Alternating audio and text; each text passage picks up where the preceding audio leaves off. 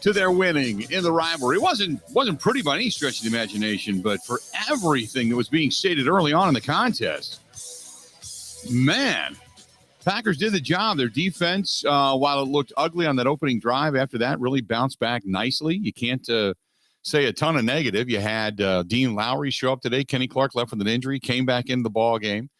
You had the defense really stymie what it is Justin Fields wanted to do. They wanted to get him out on the edge and run as much as possible. It appeared 6 carries, 43 yards on the day. He threw one pick. Another one should have been a pick, but there was some issues there. But still, nevertheless, 16 of 27, 174 yards, and a quarterback rating of 75.2. The Packers now 5-1. On this season, 5-1 on the season. They come out of Chicago, and it's funny because I had said 27-17, and then as we got throughout the week, I take that back. I think I said 27 or 24-20, something to that effect. And then as we got through the week, we had a chat on Thursday when we were out at Joe Mama's talking to Mike Clemens. As we had him on the huddle, and Mike was breaking down the injuries and the issues that the Chicago Bears had. And the more I talked, and there were some people early on saying, I thought this was going to be a runaway. This is not going to be a runaway. They're going to lose it. And Mike said, and I was back and forth with Mike, just, hey, this is kind of a grind. They're a really depleted team. The Packers are in the secondary as well.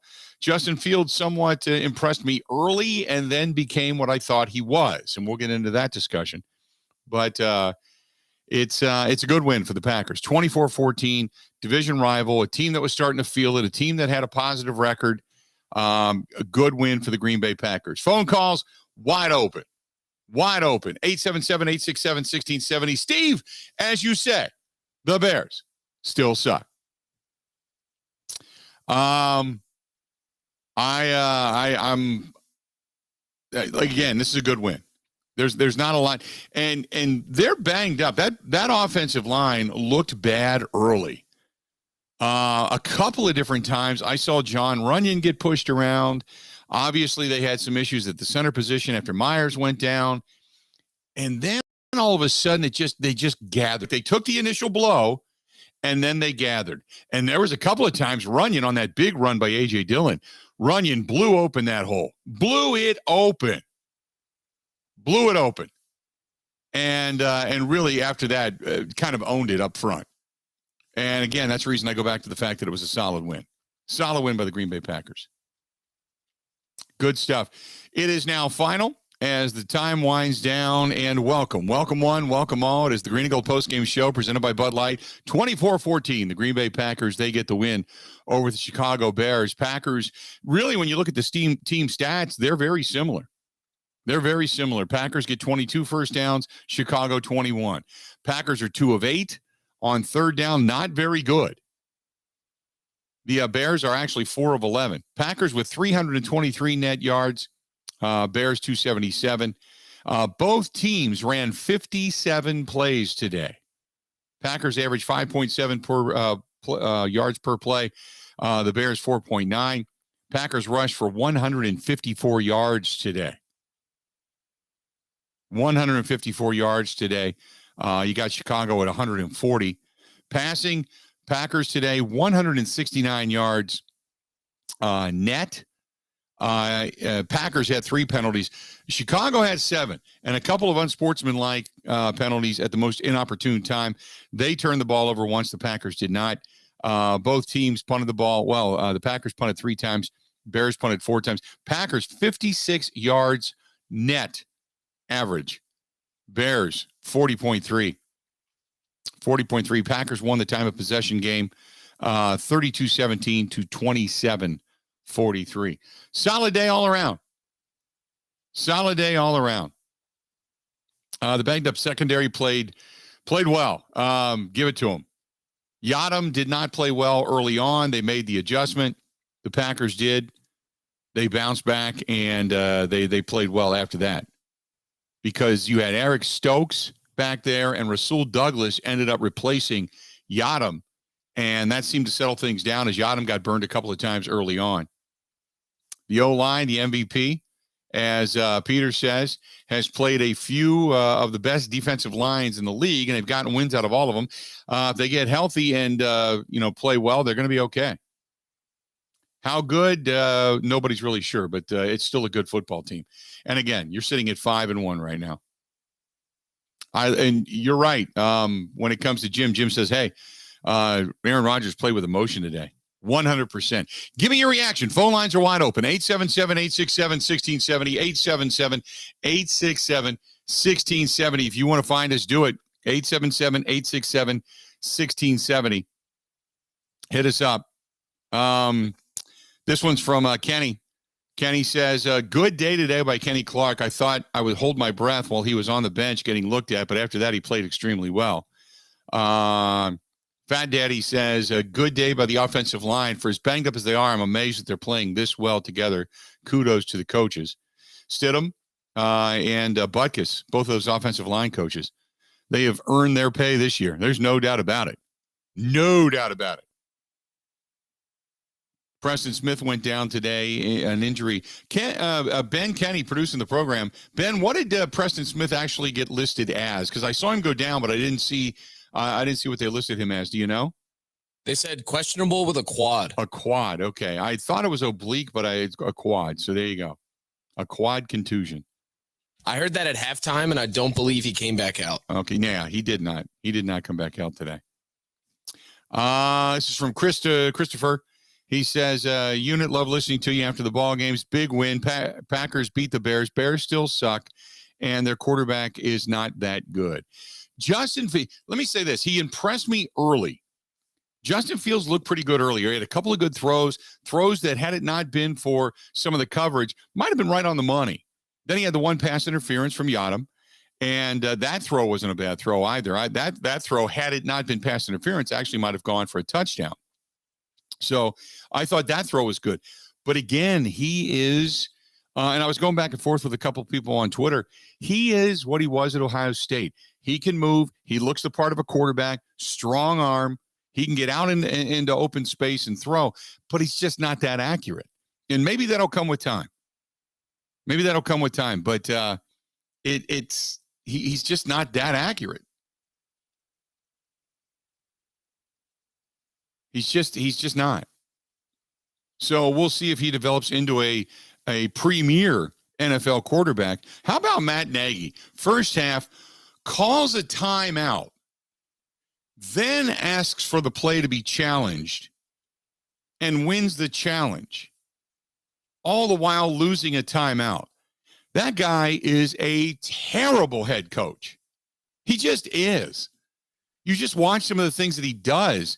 You know, they keep running their offense, and I get what they're trying to do. They're running their offense in short spurts, but they're keeping everybody up in the box. They're not giving Justin Fields an ability to get into a rhythm downfield, not legitimately making any kind of a threat for him.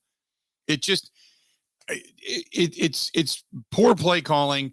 It's not putting your quarterback in the best situation to be successful. Now, granted, they didn't have a great run game today. I will admit that. When you look at the Bears, for 97, that's in, but outside for 43. So your run game was somewhat working. You went to a lot of short passes. You didn't want to stretch the field. And when you did, it was just ugly. And you didn't give him much of an opportunity. I think they even alluded to it in the television broadcast, if I'm not mistaken, where they had said, look, you can't keep running your offense in a pencil box because it makes it way too easy for defenses to figure you out. And they just kept doing it.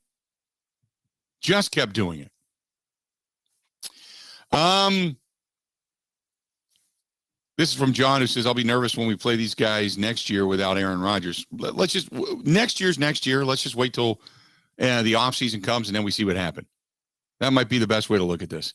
877-867-1670. Phone line's wide open, my friends.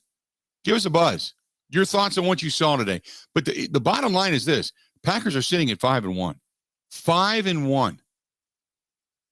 That's it right now. 5-1.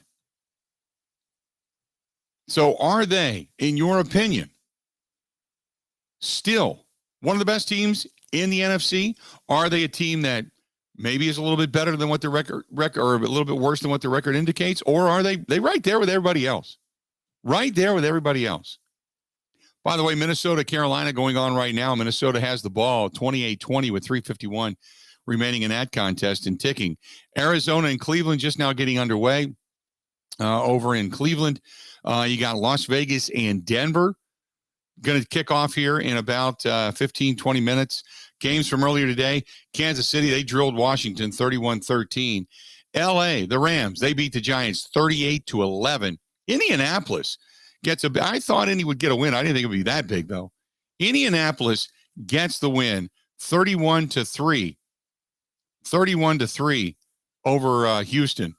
And Jonathan Taylor looked like Braylon Allen out there. Right? Looked really good.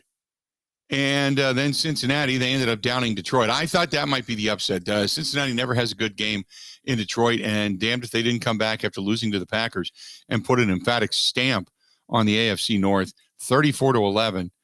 Then you've got the Chargers. The Chargers got drilled by Baltimore, 34-6. That surprised me. Lamar Jackson, after getting that comeback win against Indianapolis last week, just rolled with that this week and went on a tear and ended up getting the big win, 34-6. Jacksonville gets their first win of the season, first win for Urban Meyer, first win for Trevor Lawrence, 23-20 over in London. So there you go. Now you're all caught up as to what's going on throughout the rest of the league. 877-867-1670. Scott says, can we finally dispel the myth that Aaron Rodgers is not engaged with his team after all the encouragement he showed the defense today? Scott, I never thought he wasn't engaged. So for other people saying it, yeah, I guess you can say that. But for here on this particular program, no, not at all. I've never thought that. And here's the reason why is because one, Aaron Rodgers is competitive. He's never going to let something just float past him. Once he's on the field, he is locked in. What he does behind the scenes, that's different. I have no idea in meeting rooms and the way he is at home and all that kind of stuff. But on the field, as a leader, as the leader of this team, he's engaged. No doubt. No doubt at all.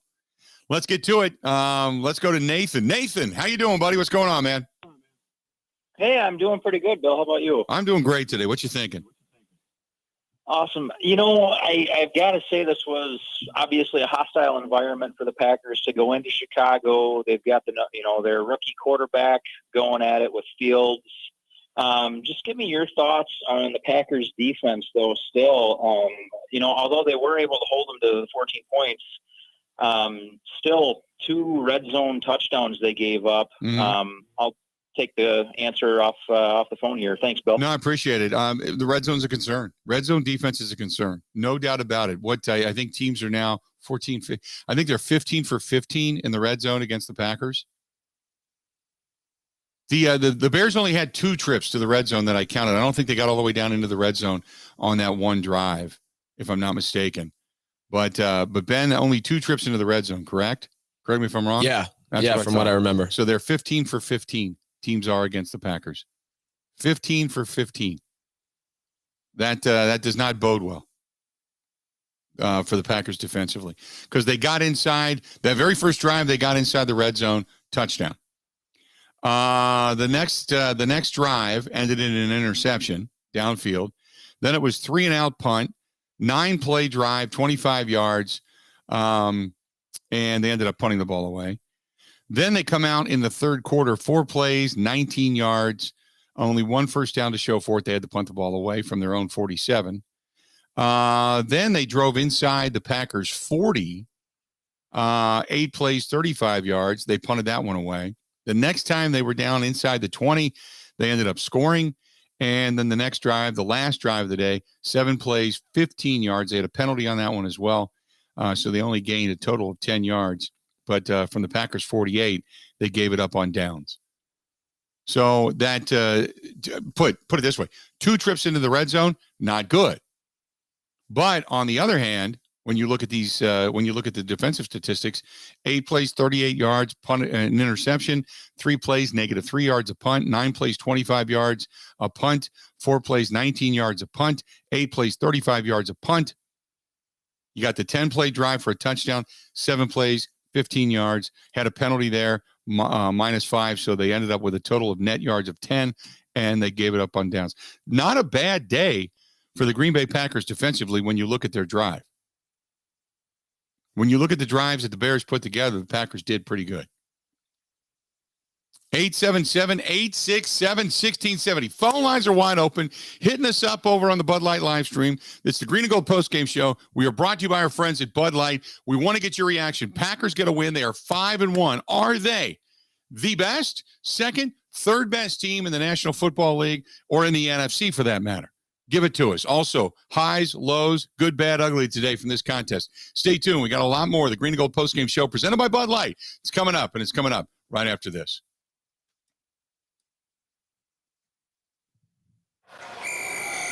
This is the Green and Gold postgame show on the Wisconsin Sports Zone Radio Network.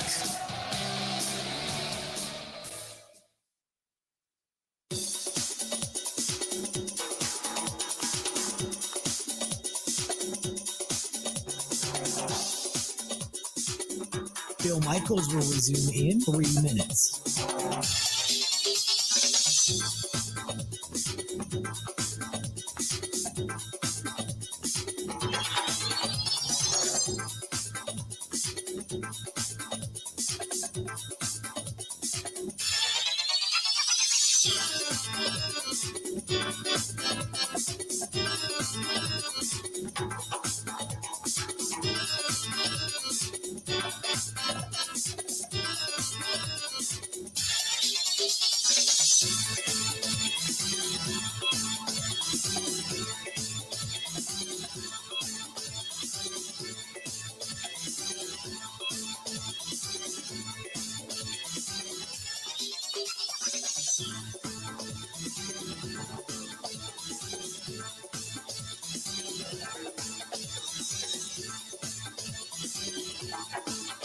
Bill Michaels will resume in 2 minutes.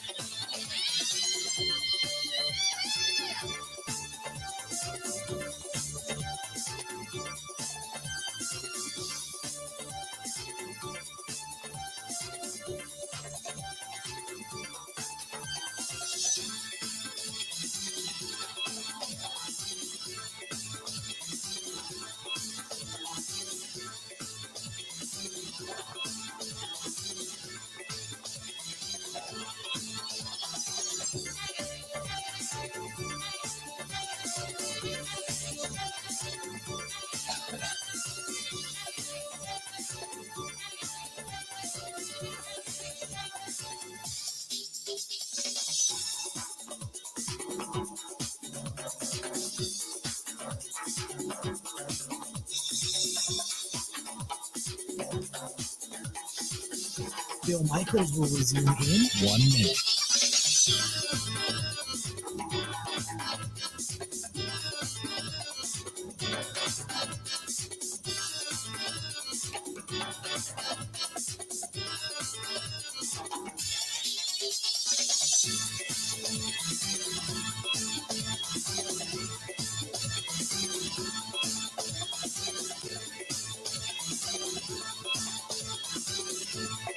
Bill Michaels will resume in 30 seconds.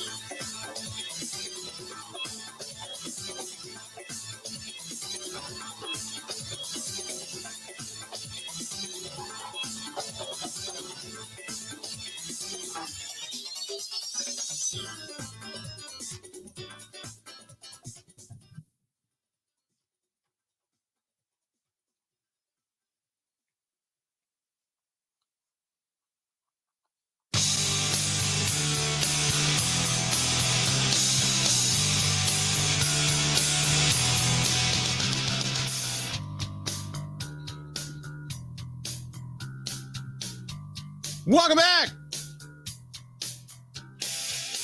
Packers get a win. They knock off the Chicago Bears. Good stuff. Good stuff. And getting your reaction. 877-867-1670. 877-867-1670. If you want to give us a shout, please feel free to do so with a minute 40 to go.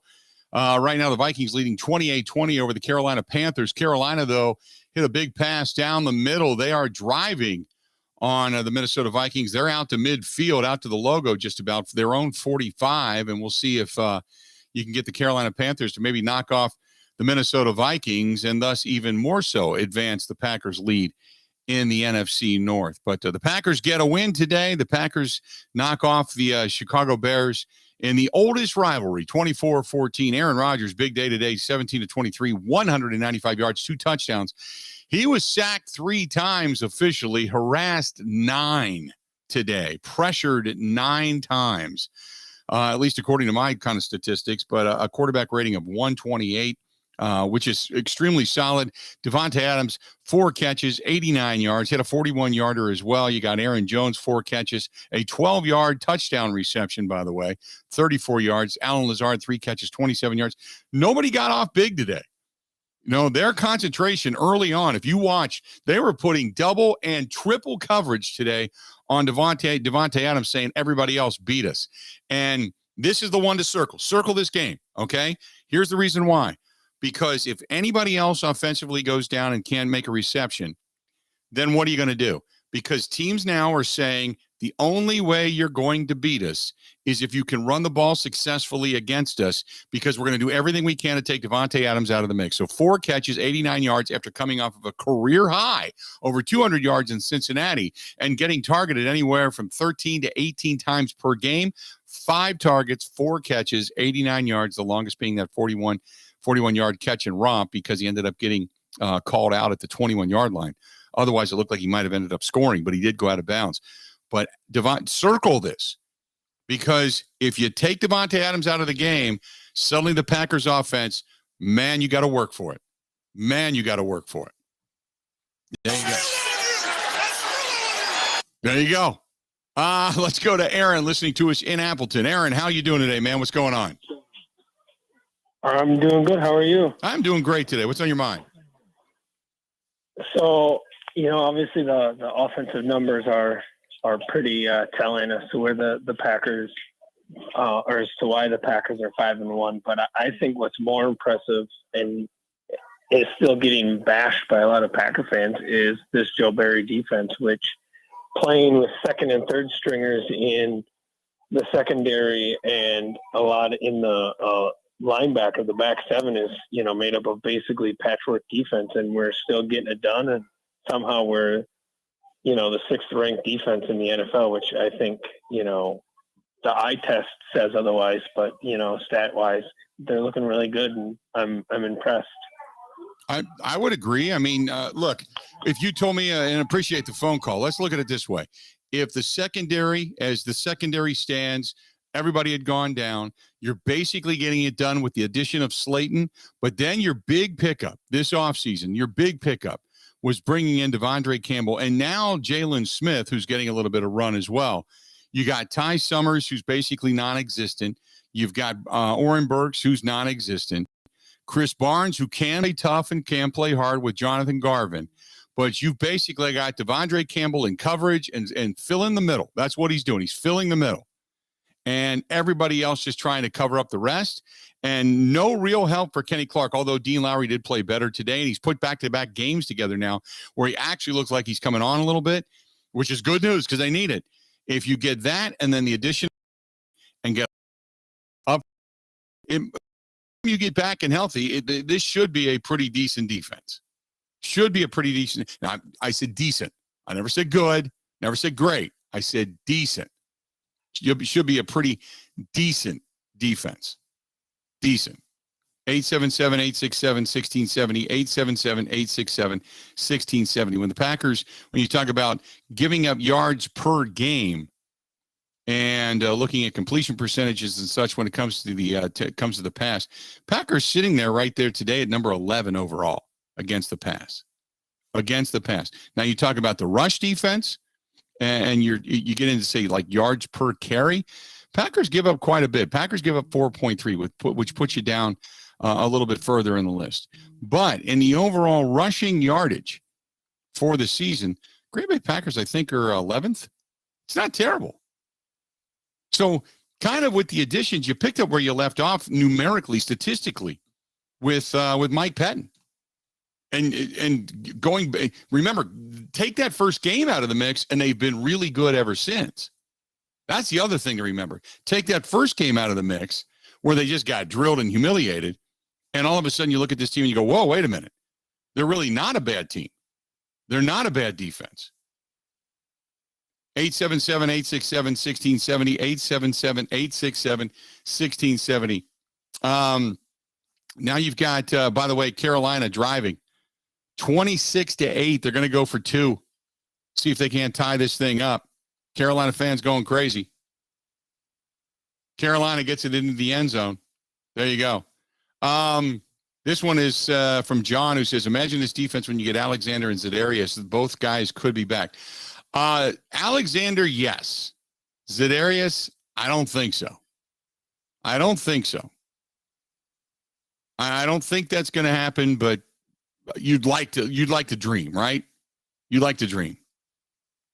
Because I think overall you'd like to oh, there you go. Carolina gets the 2-point conversion now, 28 apiece with 42 seconds remaining. It looks like they're going to go into overtime unless something dramatically bad happens. By the way, Packers overall, let me give you this here real quick. Got a Pro Football Focus going into the game today. 66.7 was their run defense rating, which puts them number 10 in the National Football League. Their pass rush coming into this week was only 16th.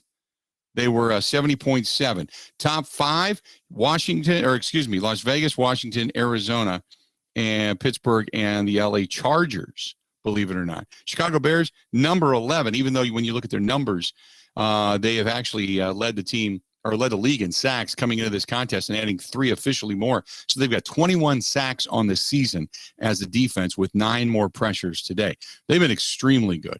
The tackling, by the way, coming into the day, where would you guess the tackling on this team to be?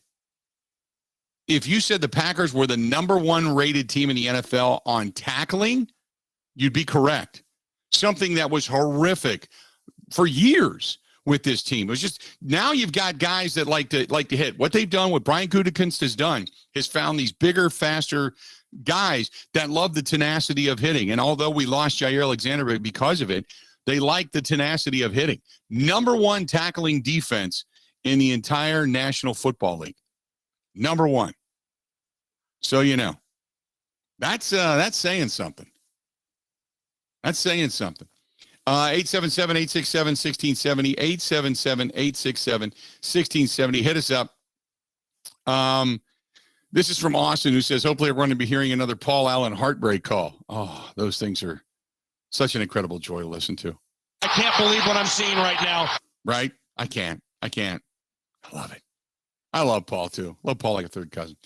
John Wayne says, I know it's a long way, but is there a consensus in Lambeau that Rodgers is as good as gone next year? This team kind of rides or dies with him. At the beginning of the season, it was 100% he's gone. Ask anybody. And then as time went on, you started to listen to his language, and then you went to maybe 90% and then 80%. I think it's 50-50. I really do. All the Aaron Rodgers stuff does now. If the Packers have corrected, if you will, if Brian Gutekunst has corrected the communication stuff, I'm back to 50-50, because then we're not talking about communication. We're talking about money. And the Packers have kicked the can down the road about as far as they can with a lot of these contracts. So if Aaron Rodgers legitimately, as he stated, it's not about the money, then it's put up or shut up time. If he legitimately, as he stated, it's not about the money, then it's put up or shut up time. Wouldn't you think? 877-867-1670. We are brought to you by our friends at Bud Light. They are the presenting sponsor of the Green and Gold postgame show. Phone lines are open, 877-867-1670. Hit us up over on Twitter at Bill_Michaels, at Bill_Michaels. Subscribe on YouTube, too. Go to youtube.com/Bill Michaels Show. Subscribing, absolutely free. You can email the program, thebillmichaels@gmail.com. Packers get the win. We've got more. Light up the lines. Get your reaction. Good, bad, ugly. Coming up next. This is the Green and Gold postgame show on the Wisconsin Sports Zone Radio Network.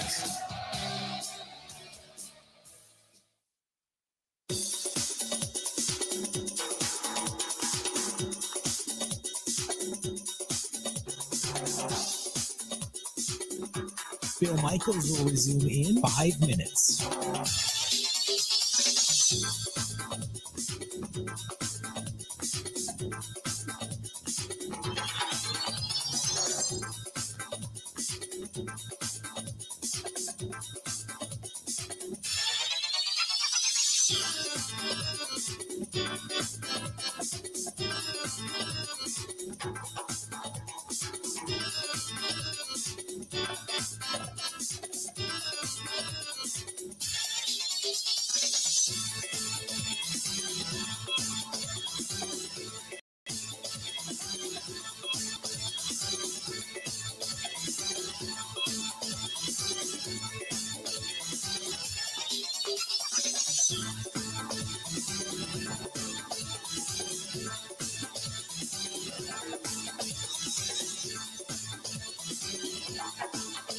Bill Michaels will resume in 4 minutes.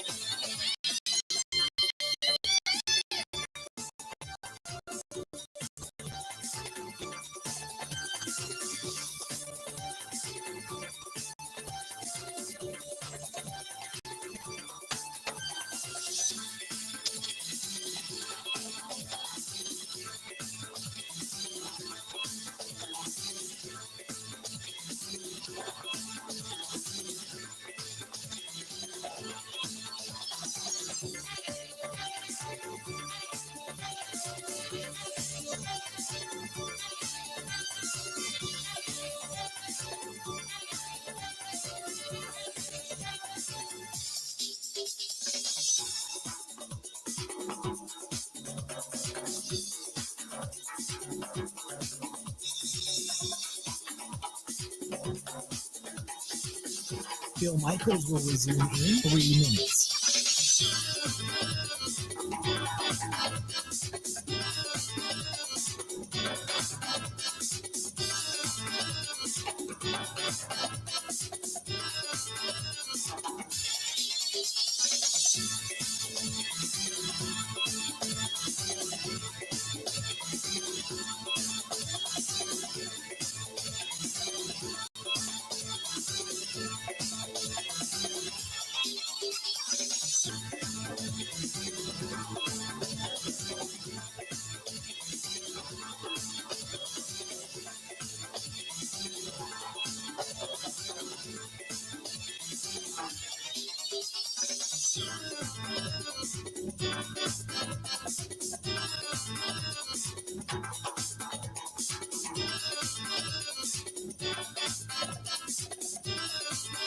Bill Michaels will resume in 2 minutes.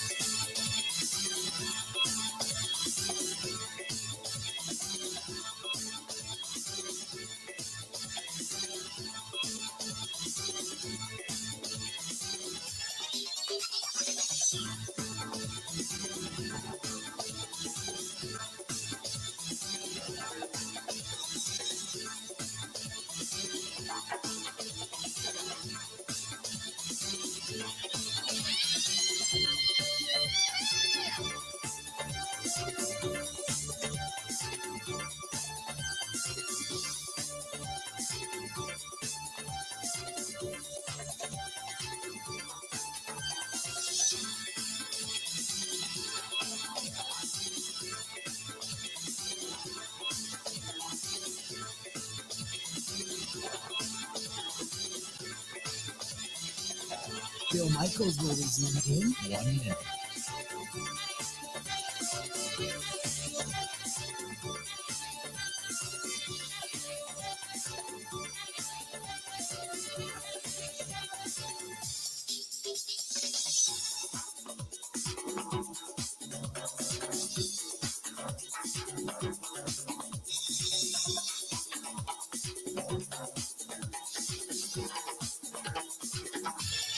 Bill Michaels will resume in 30 seconds.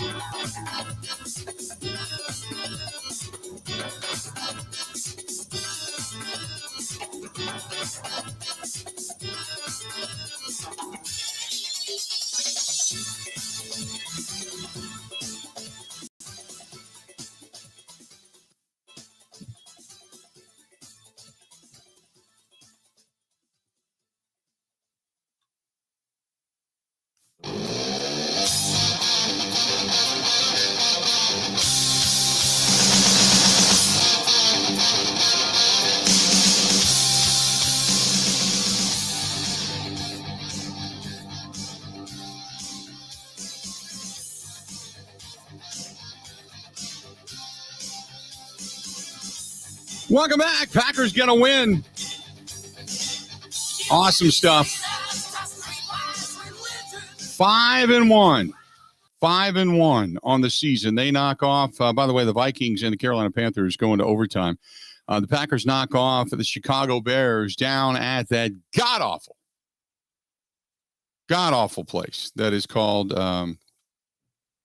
Chicago and Soldier Field.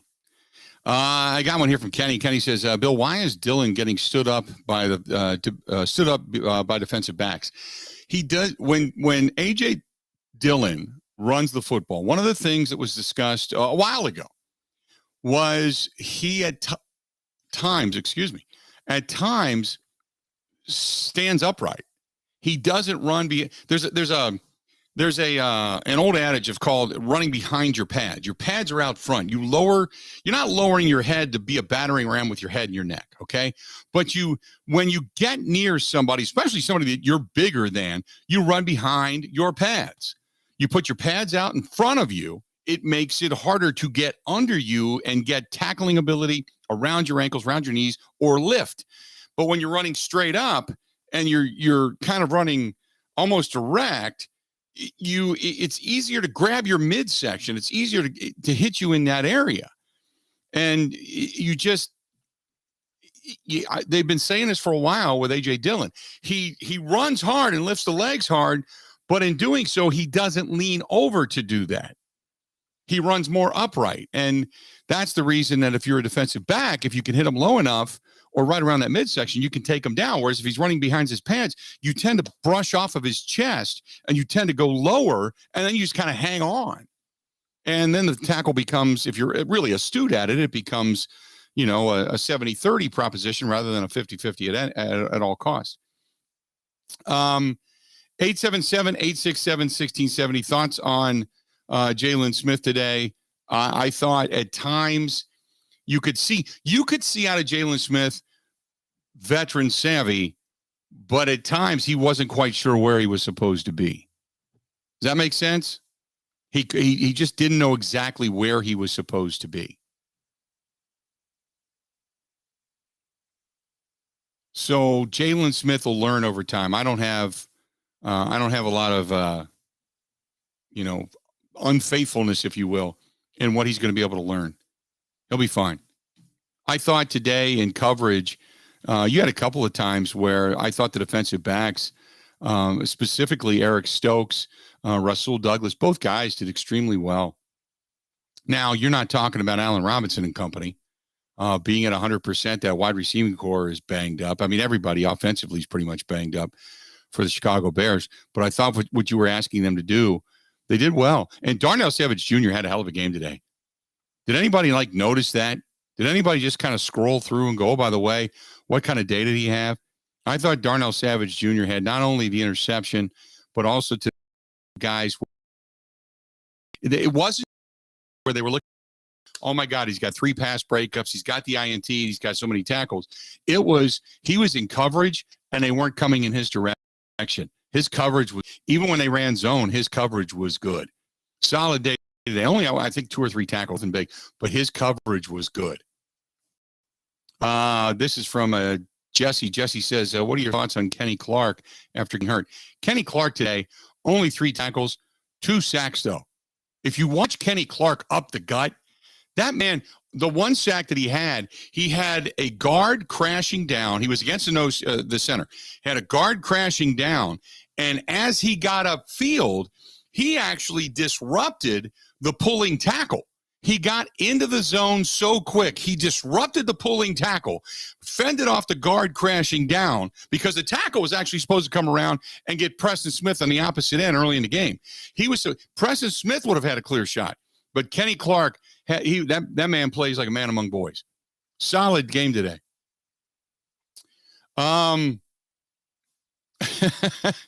Dan says, could you please play Paul Allen's call of the Vikings missed field goal on tomorrow's show? I'm sure it's epic, as they usually are. Yeah, just before they went into overtime, the Vikings missed the field goal, the 47-yarder. And that's the reason we are now sitting in overtime between Carolina and Minnesota as the clock continues to tick with 9:33 to go. And the Vikings, by the way, have the ball. So yeah, we'll see if we got that. If it's epic, we'll play it. No doubt. 877-867-1670. Call the program. Aaron Rodgers. We're going to hear from him coming up here in just a couple of minutes. So stay tuned for that at the podium as we speak. So we're going to hear that. This is from Mark, who says, last week the Packers looked okay, not great. They beat a decent Bengals team. The Bengals go in and shellac the Lions today. What are your thoughts? I think it was a hard-fought game in Cincinnati. I think Cincinnati came out with something to prove. I think that the Lions are a team that early on, they were right on the cusp of winning. I thought if they were going to win a game, this was going to be the game. They're right on the cusp of winning. The Lions are. They just don't know how to win yet. And sometimes you got to get the win. By the way, the Lions, the only team that is now winless in the National Football League. As earlier today, you get Jacksonville getting a win over in London, 23-20 over the Dolphins. So, by the way, the Detroit Lions, the only winless team in the National Football League. I really thought two things. One, Cincinnati doesn't play well in Detroit. They just never have. It's always been just one of those goofy places, even when they lost the Super Bowl. But secondly, I thought maybe they were exposed a little bit, and I thought the Lions were kind of a team that was on the come, and they got humiliated at home today. They really did. Joe Burrow in that game came back from that throat contusion and getting taken to the hospital last week. Man, he bounced back. 270-plus yards, 3 touchdowns. He did have the one pick over the middle. But Goff today, Goff is terrible. 28 of 42, 202 yards, a pick, and a quarterback rating of 67.8. It is going to be a long time before Detroit is really, truly relevant again. I'm talking relevant, not championship caliber or really, really good. I'm just talking relevant again. They're just not a good football team. Late games today over at the Mistake by the Lake.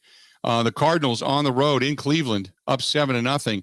The Raiders and the Broncos tied at 7 apiece. The Patriots get out to an early lead over the Cowboys, 7-0. And like I said, you've got the Vikings and the Carolina Panthers tied up in overtime, 28 apiece.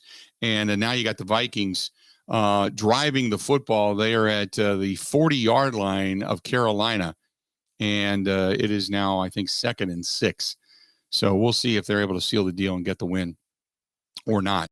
By the way, if the Vikings get the win, they will be 3-3 on this season. 3-3. This is from, let's do this. I'm not going to get into any. I want to hear what Aaron Rodgers has to say. Let's take a quick break. We'll come back. This is the Green and Gold Postgame Show presented by Bud Light. We've got more coming up, and Aaron Rodgers' words next.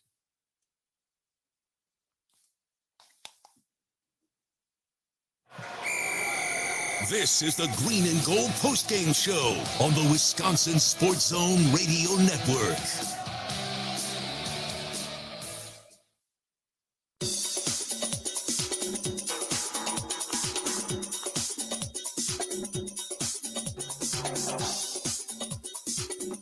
Bill Michaels will resume in 3 minutes.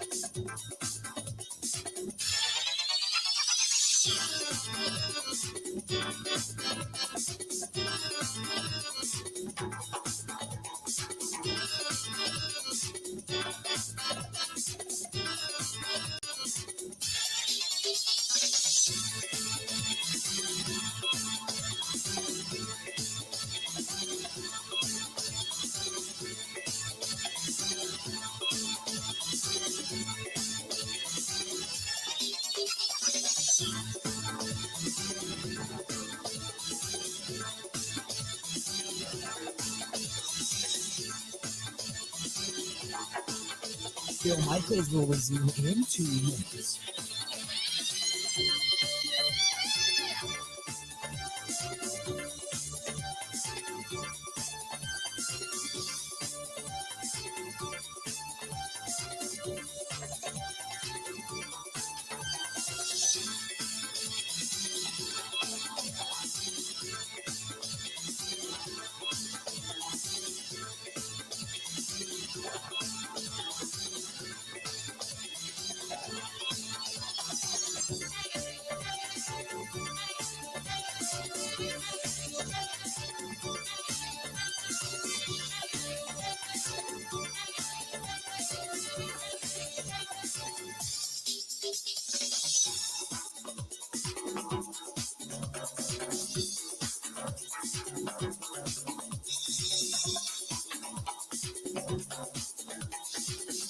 Bill Michaels will resume in 1 minute.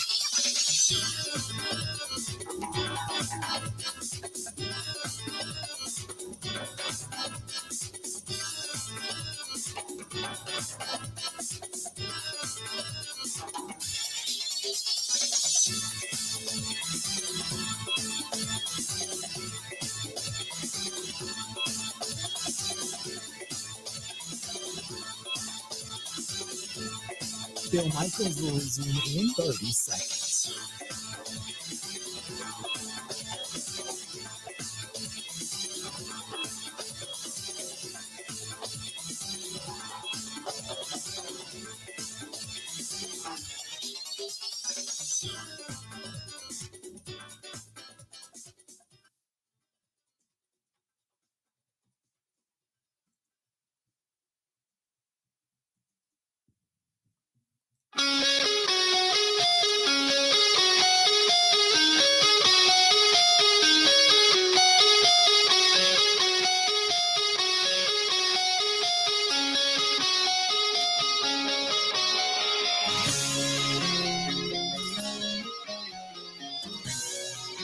Packers get the win, and they continue to add to that win total against the Chicago Bears.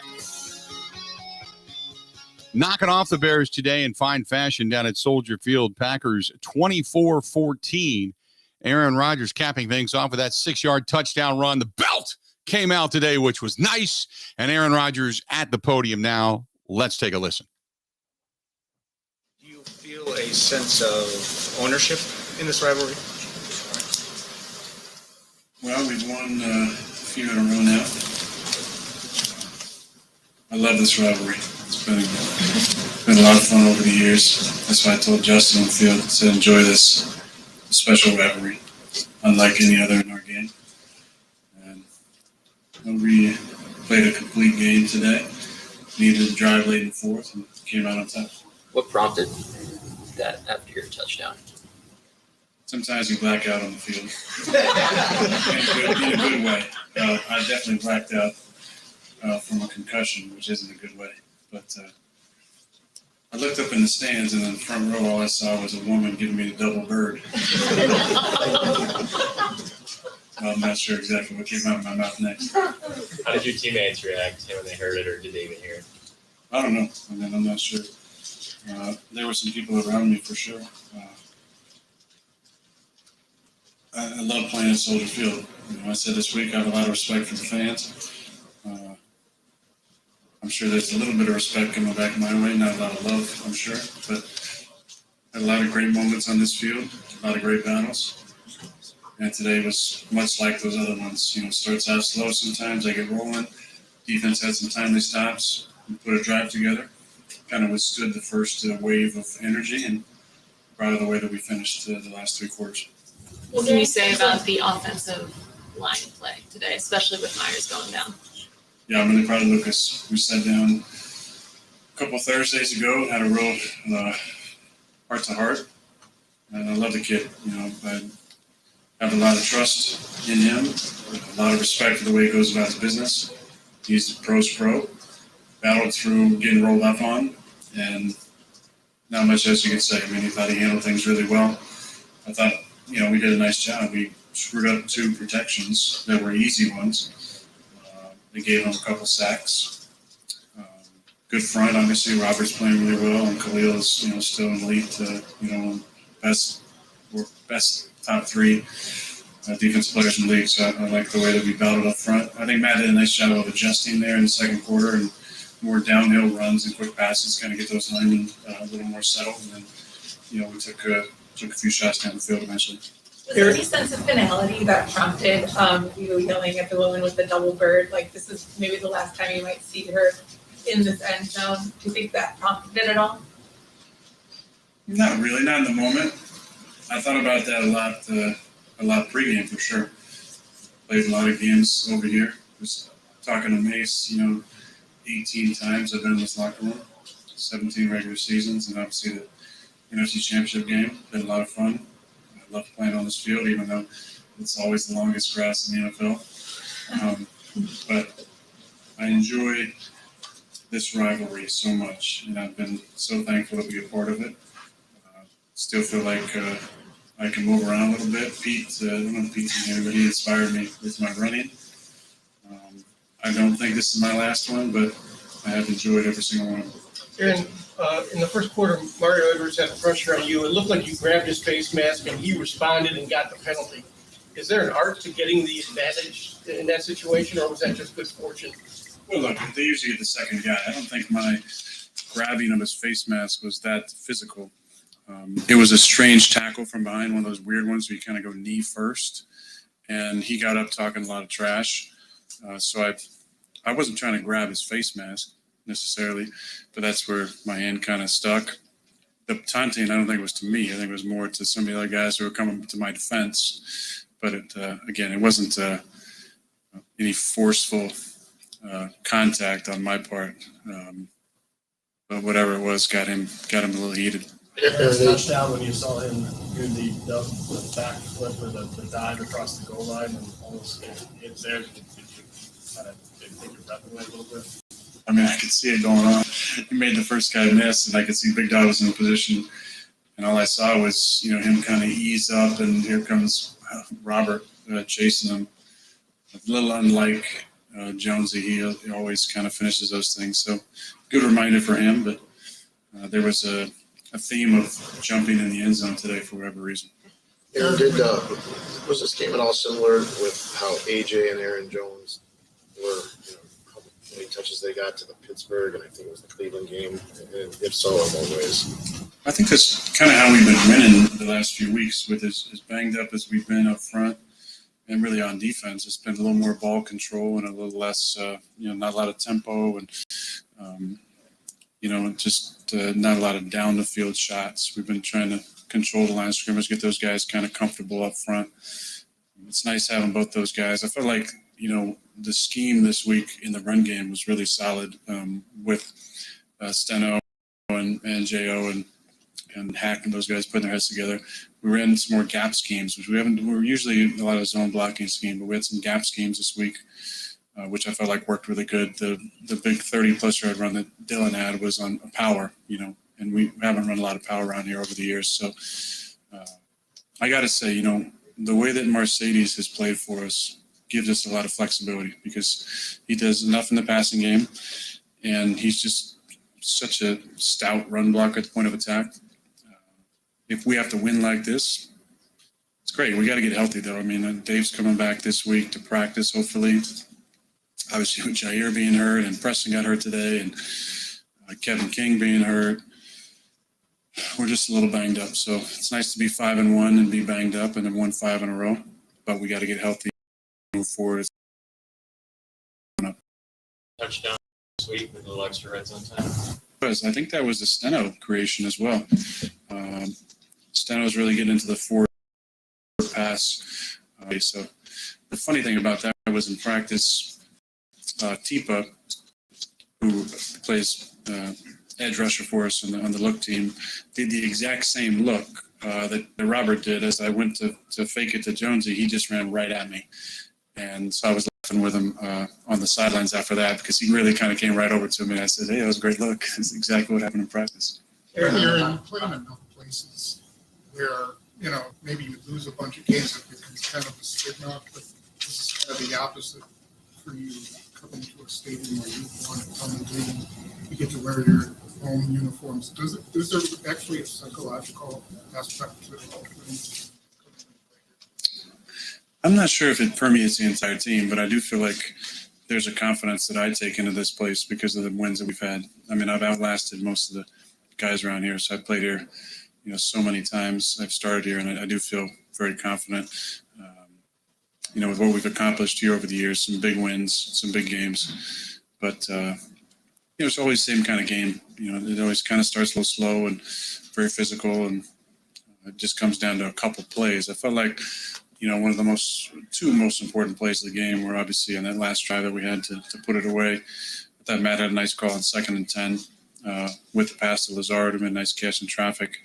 And a third down, the slight adjustment Devontae and I made to set us up in the red zone was really important. And on that 41-yarder to Devontae, what did you see that allowed that to come open? Yeah, just conversation on the sideline about certain things. I told him in the locker room, the thing that I will miss, 20 years down the line, is moments where you make a subtle adjustment, you look over at the guy, and it's a stud like 17, and he just went like this. So I just, like, my whole body started tingling. I just knew it was going to be one of those special plays, and the guys gave me enough time, and he ran a nice route and almost scored, other than stepping out there barely. Aaron, Justin Fields threw an interception when it looked like he thought he had a free play. That's something you're very good at, the free play part of it. Anyway, do you when you do that? Do you make sure that there's a flag on the play, or is there some teaching point for a young quarterback in that situation? Yeah, that was a weird looking play. It looked like it was almost a false start as well. A lot of times in those situations where we're trying to draw them off sides, if in the first play of the game, you have to time it perfectly where the guy is off sides and the snap happens before the tackle or the guard of that side moves. It looked like that could have been blown dead possibly. But most times, including 12 on the field, I'll peek to the line judge to the side of the foul and just make sure that there's a flag coming out. Now, I think there's been a couple times over the years where we think we've got him and we didn't, and maybe didn't check. But because of those reasons, I usually like to check and make sure that flag's in the air. You and Devontae talked this week about the need to be more aggressive in the red zone. How did you feel about that today? 3 out of 4 and 1 to EQ could have gone either way. Yeah. I'm glad you mentioned that. I'm really proud of EQ. We had a conversation at the end of training camp, and I just want to encourage him. I felt like this was a good place for him. And the way that he conducted himself the first week of the season, now getting an opportunity, I'm really proud of the man. It didn't look like pass interference to me. I have to go back and look at it, but he ran a really nice route. I put the ball exactly where I wanted to. It was a high, difficult catch, and he made it. He also made a super heads-up play later in the game when I threw a ball out in the flat to Amari, and something that we never even talked about. The guy was trying to jump Amari in the flat there, and he just kind of body blocked him. And I came back, and he was looking at me. I just pointed my helmet. Just such a smart play. So I'm really, really happy for EQ. He's a great kid, and I'm bummed out he didn't get that touchdown. There you go. That's the end of the Aaron Rodgers press conference. Aaron Rodgers scoring that final touchdown, standing up, telling the fans, "I still own you." Just dropping a little more fuel on that fire. And they just don't have enough to get over the top. I still own you. Oh, boy. Throwing down. Like it. 1 hour down, 1 hour yet to go. Stay tuned. We got a lot more of the the Green and Gold postgame show, brought to you by our good friends over there at Bud Light, the official beer sponsor. Glad to have you. Man, we got another hour. Get good, bad, ugly. Bring it. We want your reaction to all of this. Give us a buzz. More coming up next.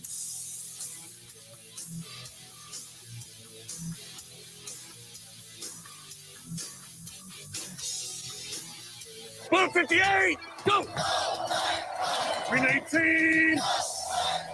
Green 19, touch! This is the Green and Gold postgame show on the Wisconsin Sports Zone Radio Network.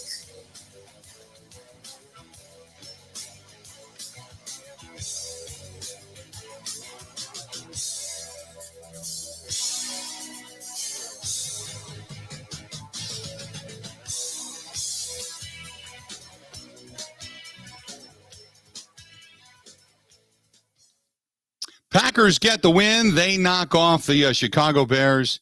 We are glad you're with us today, and we want to get your reaction. 877-867-1670. Just a little bit of my notes, just kind of going over this contest. First and foremost, I thought Kenny Clark played well. Jalen Smith played instinctual football, but at times looked completely lost, and it's going to take him just a little while to get acclimated.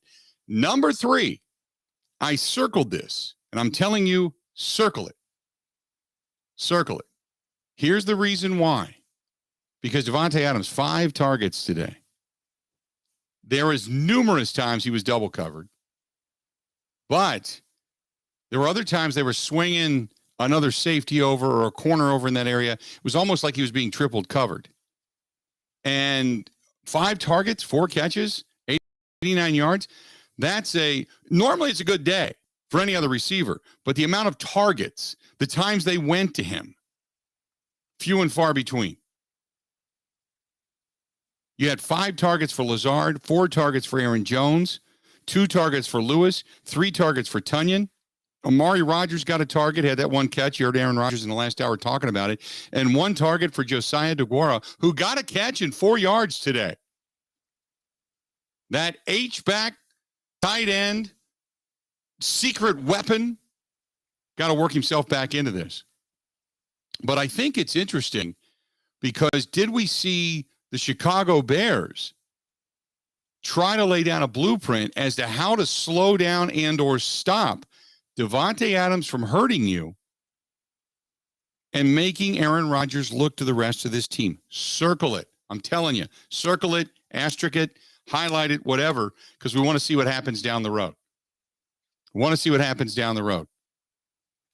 of my other notes was Aaron Rodgers showed fire and passion again. Just an observation, obviously yelling into the fans, I still own you, going 17 of 23, 195 yards, a couple of scores. But dropping the I still own you on Bears fans, have at it, man. Have at it. Quarterback rating of 128 even. By the way, the Packers are now 102, 95, and 6 in the rivalry versus the Bears. Aaron Rodgers has 13 games against the Bears where he has a quarterback rating of 100 or plus.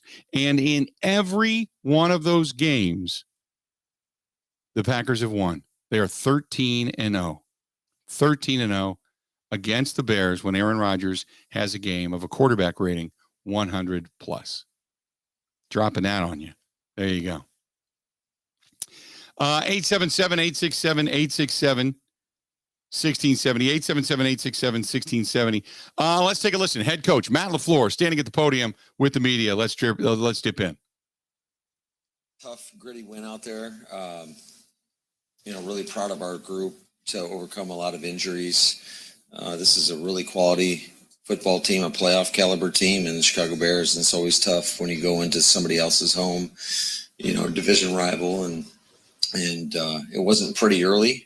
And that's a credit to the Bears. I mean, that is a good football team. It was the best defense we've seen, and we had to grind it out. And luckily, our defense kept us in it early on. And just more than anything, just really proud of our guys for stepping into some situations where, as you prepare throughout the week, you always tell the guys you got to have a starter's mentality, but until that happens, I think it's a credit to those players of putting in the work each and every week to step in and come through for us in a big time game. Yeah, what happened to Josh Myers? How bad is it? I don't think it's going to be a season ender, but we'll continue to look at it. Certainly, that was ultimately that was a bad play call by me for us not blocking the nickel off the edge, and that's what caused that. So I feel bad about that. What can you say though about the play of the offensive line? I mean, you keep talking about how great Steno's doing, but it seems like you can put anybody in there and they play well. Yeah, those guys do a hell of a job. Steno, Buckus, it's a credit to our players as well. Lucas Patrick being able to go in there and against I think one of the best fronts in football. I mean, that front, it doesn't matter who's in there for them. They are ferocious. They come off the edge. They come up the middle. It's a fast defense. They're very physical. It is a legit defense. Well, to be that kind of defensive front and to get the type of production from your 2 running backs the way that you did, and it's been a few weeks now, do you feel like that's kind of at the center of the core what this identity is for your offense going forward with those 2 guys get to especially? Yeah, we have to get both those guys involved. There's no doubt about it, whether it's in the running game or the pass game. I think early on we tried a lot of more outside zone, and that wasn't working too well. And then we started to go a little bit more downhill, and we seemed to have a little bit more success with that. And so we kind of shifted, I'd say, mid-game. But That's a credit to that defense. I mean, that defense is one of the top that in the National Football League, and it's tough to run against. It's tough to throw against. You cannot be behind the sticks and have success, as you guys saw. I mean, there were some 3rd and longs, and the pocket got engulfed like on the snap. So we just got to do a little bit better job of staying in front of the sticks and making sure we're not in those 3rd and long situations against a defense like that.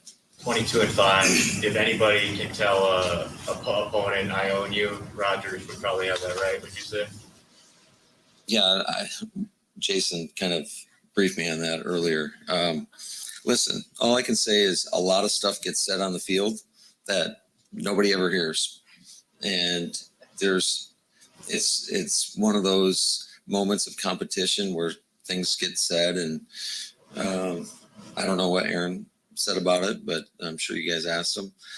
But there's a lot of stuff that gets said on that football field, and again, it's a competitive game, and I think that's just one of those moments where you see the competitor in Aaron come out. How much of the luxury is Jason Fields around today? I mean, he got away, but he got him too.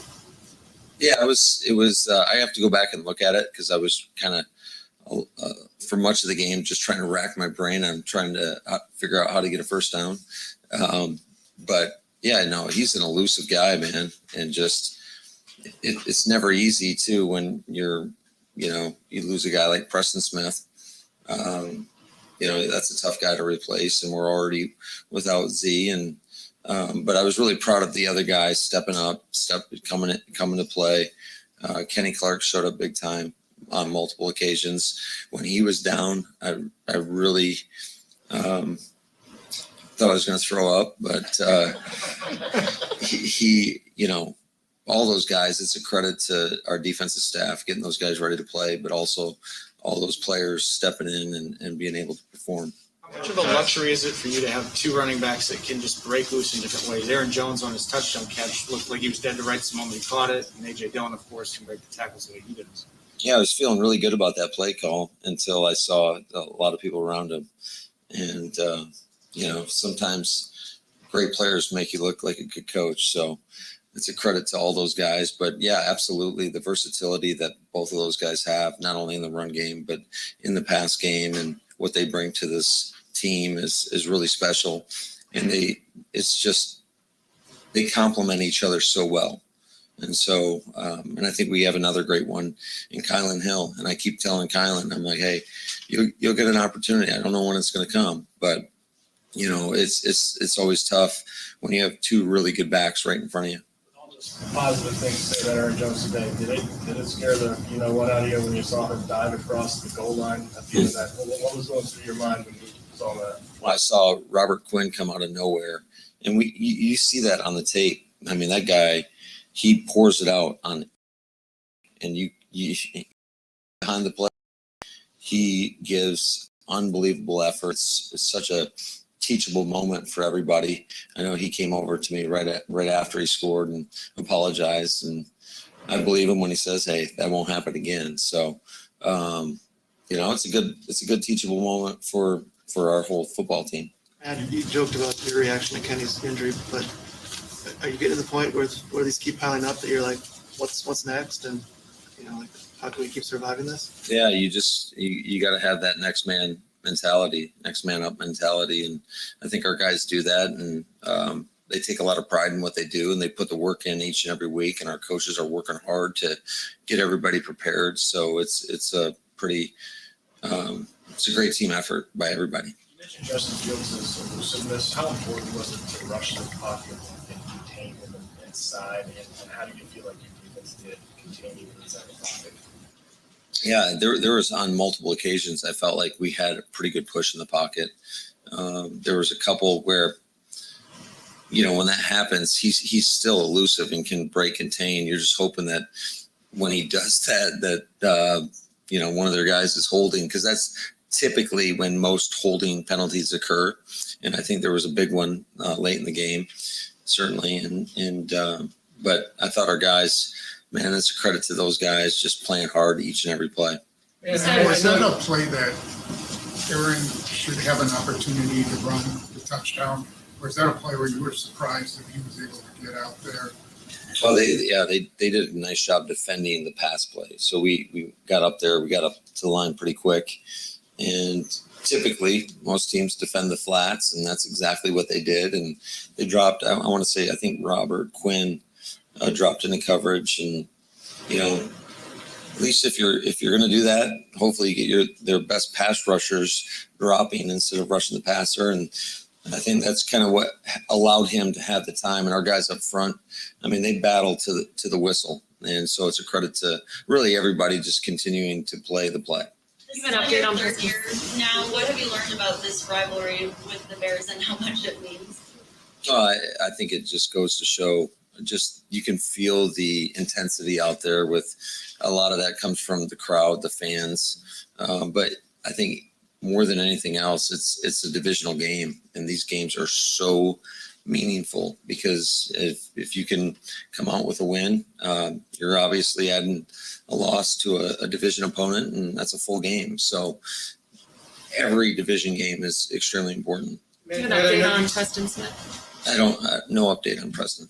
I know you were focused on Justin Fields, but as a quarterback guy, was there anything that he did that made an impression on you as far as an indicator of future success? Well, yeah, absolutely. I thought he made a lot of great throws in the game. Just from, I got to go back and watch the tape, but it just seemed like there were some timely throws. And then anytime you have to defend the off schedule, that always, it's hard to coach against that.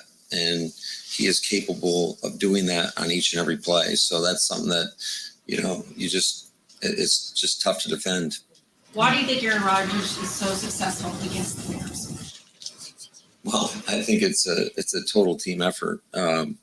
Certainly, he's the driving force on offense. He's the guy that leads us. He's a great leader of this football team, and it's a credit to every man in that locker room. But I don't think it's just. We always say football is the ultimate team sport. It takes all 11, and I think that's true each and every Sunday. But his record against them kind of speaks for itself over the years. I know you haven't been here as long as Aaron Rodgers has, but he feels like he's playing a home game when he's here at Soldier Field. Yeah, you're gonna have to ask Aaron about that. I don't have much to say about that other than I know how hard it is to come into this stadium and have success, especially with how loud that crowd is. You hear that siren going off all game. That drives me nuts. So no, it's a really tough football team against in just a tough environment. Matt, one of the big sparks on that last touchdown drive with the 41-yard shot that Aaron hit to Devontae. What was your sense of what allowed that to come open and why it clicked the way it did? Yeah, that was a great call by him. I actually called the quick game version of that, and he checked it to the double move, and you know, just great job by those guys. And he recognized the look and thought we could get it, so that's what he did. And like I said, it's nice to have big time players that can make it look pretty good. You mentioned that. There you go. And it goes on for a minute or two, and then after that they shut it down. But here's the thing: he just said it. When it comes to certain play calls, certain things at the line of scrimmage, all that kind of stuff, Aaron Rodgers on that pass to Devontae Adams, he had called something different. He called the shorter in the box move. And instead, Aaron saw what was out over the middle with the soft zone, and he checked to it. He checked to the double move because he figured if you can get him to bite in the soft zone and keep that defender up front and still have that the safety over the top, you've got a wide open middle. Rodgers checked to it, double move by Devontae, booms, hit him, off he goes. So, there is the ability more often than not for Aaron Rodgers to check it at the line of scrimmage and kind of go on from there. Packers get a win, a nice win today. A win in which Aaron Rodgers looks at the crowd, drops the belt on him, and says, I still own you. 24-14, Packers get a win. A lot more. The Bill Michaels Green and Gold postgame show presented by Bud Light. Next. This is the Green and Gold postgame show on the Wisconsin Sports Zone Radio Network.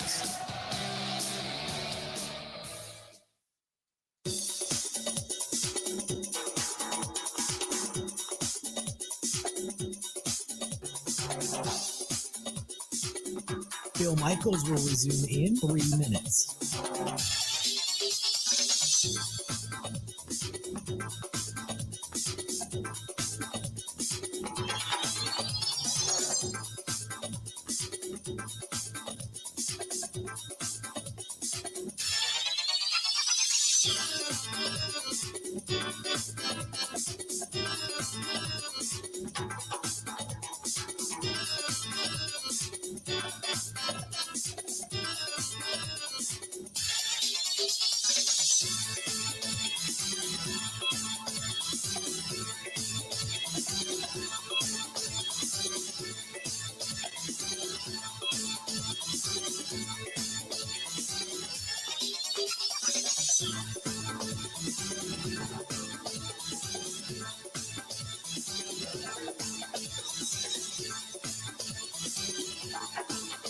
Bill Michaels will resume in 2 minutes.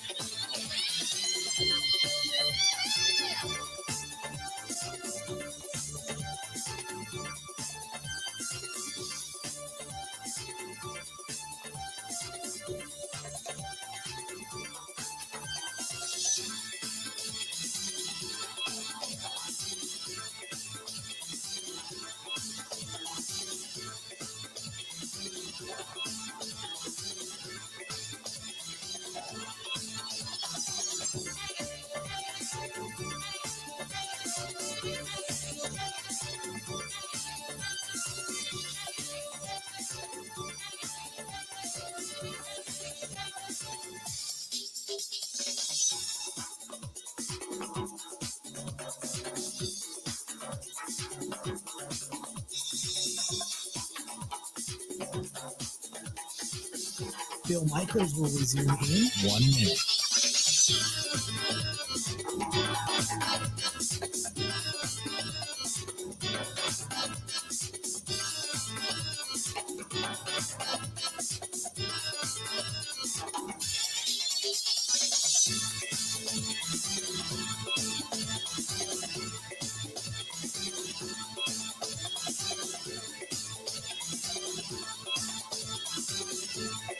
Bill Michaels will resume in 30 seconds.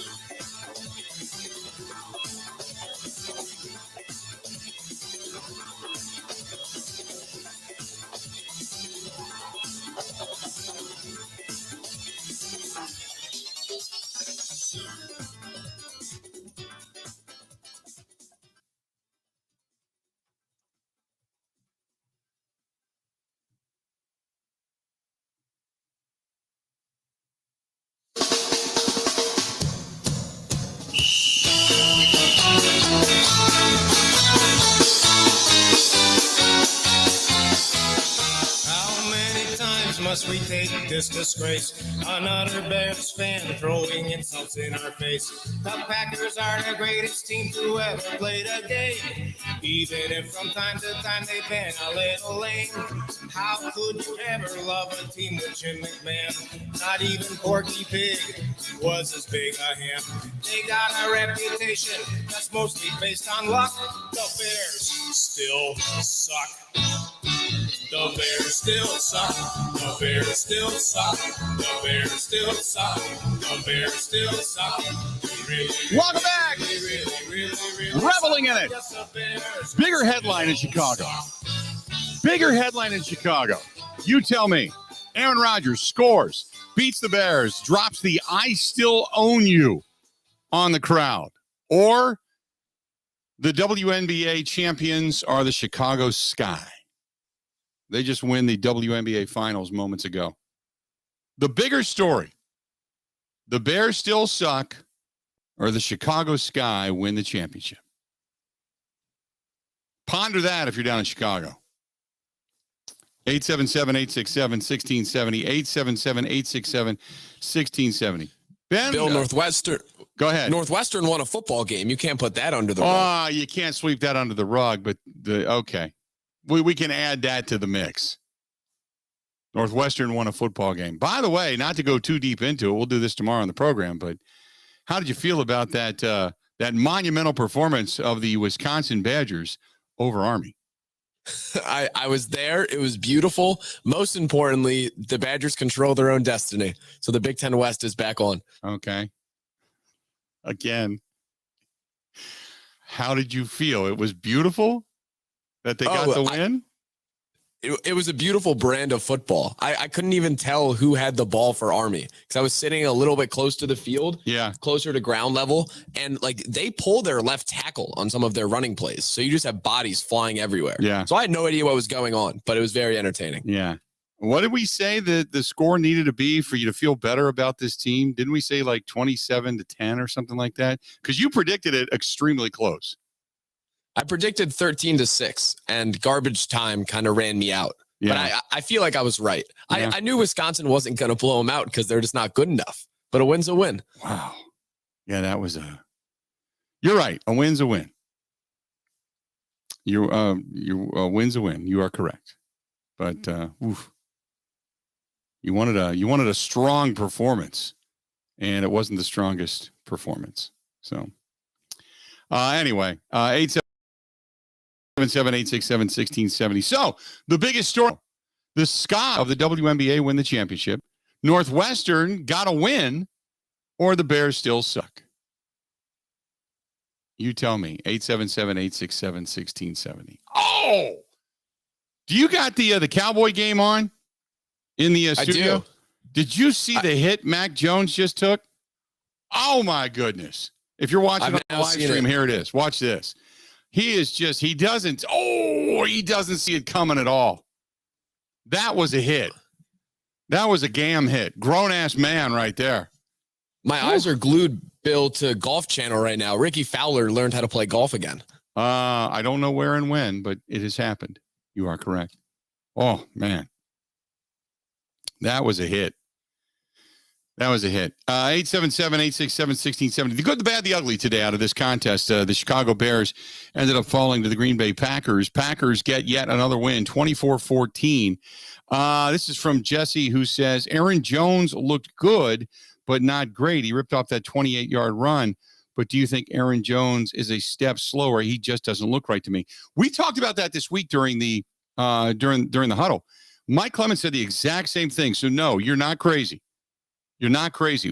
We kind of thought the same thing between the ankle injury and the hamstring. Now, he looked better this week once he got into open field than he did last week. So that 12-yard touchdown run, that was a catch and go. I like that. He powered in, good stuff. A couple other catches that he had, same thing. He made the most of it. He's starting to get that quickness, that little burst of speed back. But I think that ankle injury and that hamstring that he had coming out of training camp, I think those two things really hampered him. Really hampered him. And he's just now, you pray, you're not, knock on wood, there's not another injury. But those two things were hampering him. I think he's now starting to get more well. He's not better, all better, but he's getting well. And each week that goes by and he doesn't sustain anything that's going to set him back. Aaron is back. Like A.J. Dillon, 11 carries, 59 yards. Still a solid day at the office. He had that 36-yard run that blew things open early on in this contest in the first half. But Aaron Jones, two reasons why guys can bring Aaron Jones down. One, he's got to learn how to get over and run behind his pads. And the second thing is he doesn't have the quickness or the speed to avoid people. Otherwise, that run that he had for 36 yards, that would have went for a touchdown. If he'd have just had the speed to be able to outrun people, he just doesn't. So he takes the angle of, I'm going to run you over and make you pay for it if you're going to tackle me. I like that. If you don't have the speed, at least make them pay for it. Outrun them. Outrun them. 877-867-1670. If you want to hit us up, do it. The good, the bad, the ugly, what you're thinking today. Packers get a win. The Packers are now sitting at 5-1 on the season. 5-1 on the season. Want to hear from you. Packers, again, 5-1 on the season. Let's see here. This is from Brent. Brent says, I think the Packers are good. They're not great. They still have a few more games to prove it. What do you think their biggest contests are going to be? We're all looking at that Arizona game on Thursday night. Thursday Night Football coming up in a couple of weeks. So they've got Washington next week, October 24th, another noon kickoff. And then on a short week, a turnaround and a travel out west on October 28th. They got that 7:20 game on Thursday Night Football. That's going to be their biggest test to me. And then after that, they play Kansas City. Now, Kansas City's beatable. I believe Kansas City's defense, not what they appear to be, although they did play well today. They held the Washington football team. They blanked them in the second half of that contest. Now I have to get some more details and watch part of that game coming up tomorrow and Tuesday. And I'll probably do a little bit more of that as the Packers get ready for them on November 7th. But I look at this game, this schedule. Arizona in the desert on October 28th. Tough contest. Then I look at November 28th when the Rams come a-calling. Tough game. Rams today didn't really get tested. The Rams are sitting at 4-1. They beat the hell out of the Giants 38-11. I think actually the Rams, I take that back, are now 5-1 in the season. 5-1. They went into the contest today at 4-1. And then after that, maybe the next game is going to be against the Browns. Maybe. But the Browns, they finally got on the board. The Browns, because the Cardinals, just before half, with 2 minutes to go, it was 20-7. The Browns were getting drilled by the Cardinals. So at least they got some points on the board just before half. See how that one plays out. But that's it. If you're going to say, if I had to sit here today and pick a win or a loss against, first of all, Washington, they'll beat Washington next week at home. So that'll make them 7-1 going into Arizona. I think Arizona gets them. I think Arizona's a better team. And if their secondary's not healed up by them, look at what Arizona has. Look at the weapons they have on offense. Not only is Kyler Murray really good, and I really like Kyler Murray, but you look at guys like A.J. Green, who's kind of found a resurgence there. DeAndre Hopkins, considered one of the best in the National Football League. Christian Kirk is there. Andy Isabella's solid. Rondale Moore's their second-round draft choice. I mean, they've got numerous weapons. Then they just picked up Zach Ertz from the Eagles in that trade this week. Kyler Murray's still solid. Chase Edmonds is their running back, backed up by James Conner. And their offensive line is really good, led by DJ Humphries, their big left tackle. So I think they're solid, and they've got a decent defense. Now, Chandler Jones did not play this week. Him and Zach Allen, both of those guys in the COVID protocol right now. But you would assume by the time the Packers go to the desert that those guys would be back. At least you would figure that once they get through protocol. But that's a tough defense too. And if the Packers go into that contest without their top defenders, and that's even including Kevin King in the mix, then I don't know how they're going to stop Kyler Murray. I just don't, because Kyler Murray, he is Justin Fields on steroids. He can run, he can pass. He's a younger version of Lamar Jackson, and Lamar Jackson's really good, but I think Kyler Murray's got better accuracy. So that team, I said coming into the season, was an up-and-comer. I didn't know they'd be this good. And Cliff Kingsbury, coming out of college, has proven a lot of people wrong. Everybody thought he would just completely fold, but what he's done is he's morphed his offense to fit what Kyler Murray does, brought into the other pieces around him to accentuate Kyler Murray's ability, and given them a defense to substantiate everything they're doing offensively.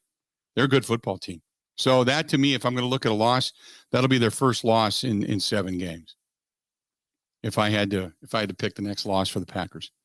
877-867-1670. We are brought to you by our good friends at Bud Light. Bud Light, the official beer sponsor of the Bill Michaels Sports Talk Network and the Green and Gold Postgame Show. Stay tuned. More coming up right after this.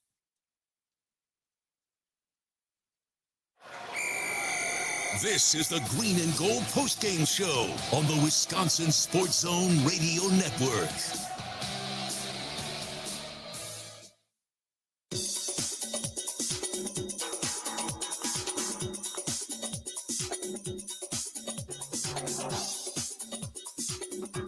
Bill Michaels will resume in 5 minutes.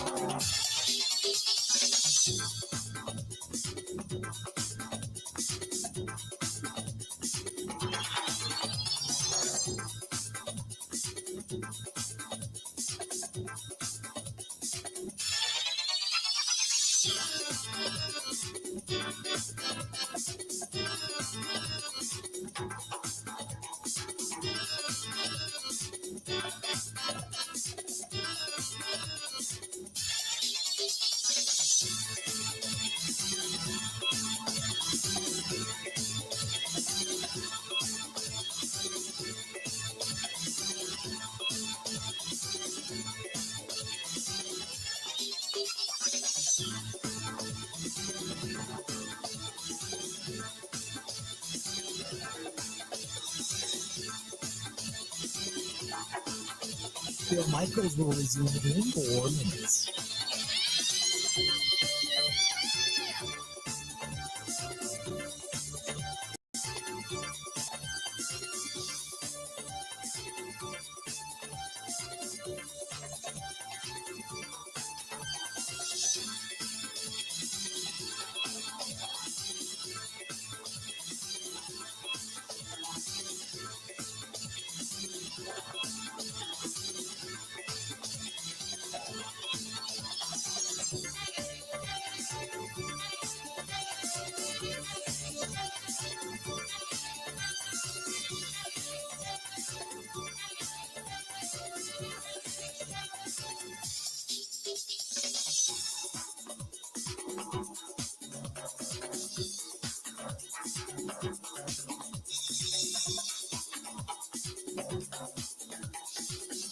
Bill Michaels will resume in 3 minutes.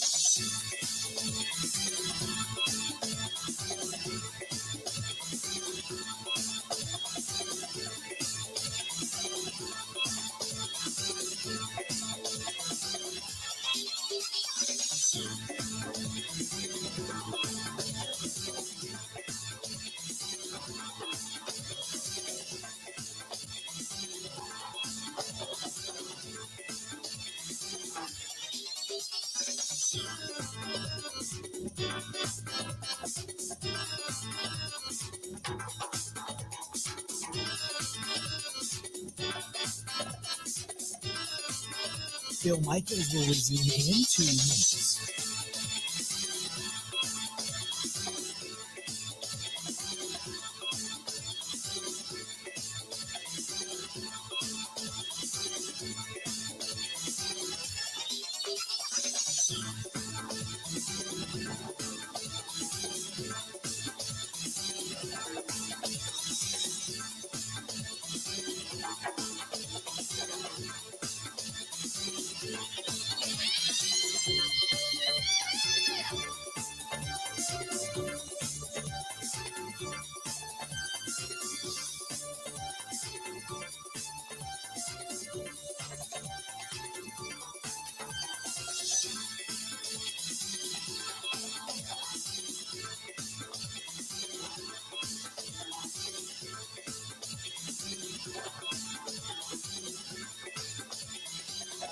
Bill Michaels will resume in 1 minute.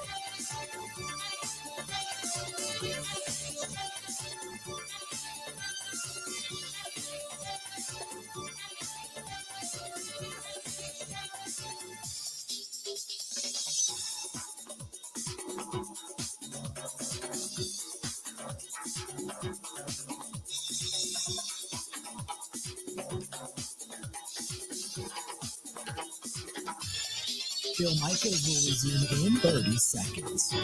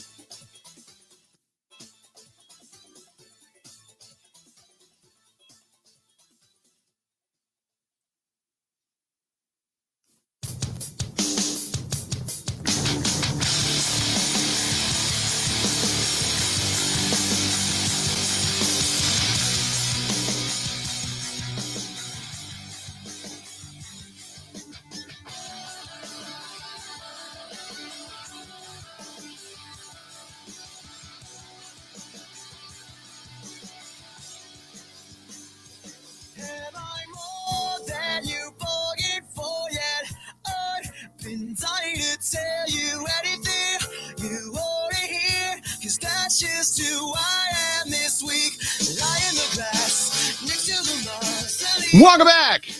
Bill Michaels Show. We are enjoying the day today. Why? Because those Bears still suck.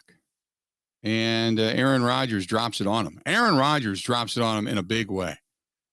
In a big way. drops an F-bomb prior to dropping it on him, that he still owns him.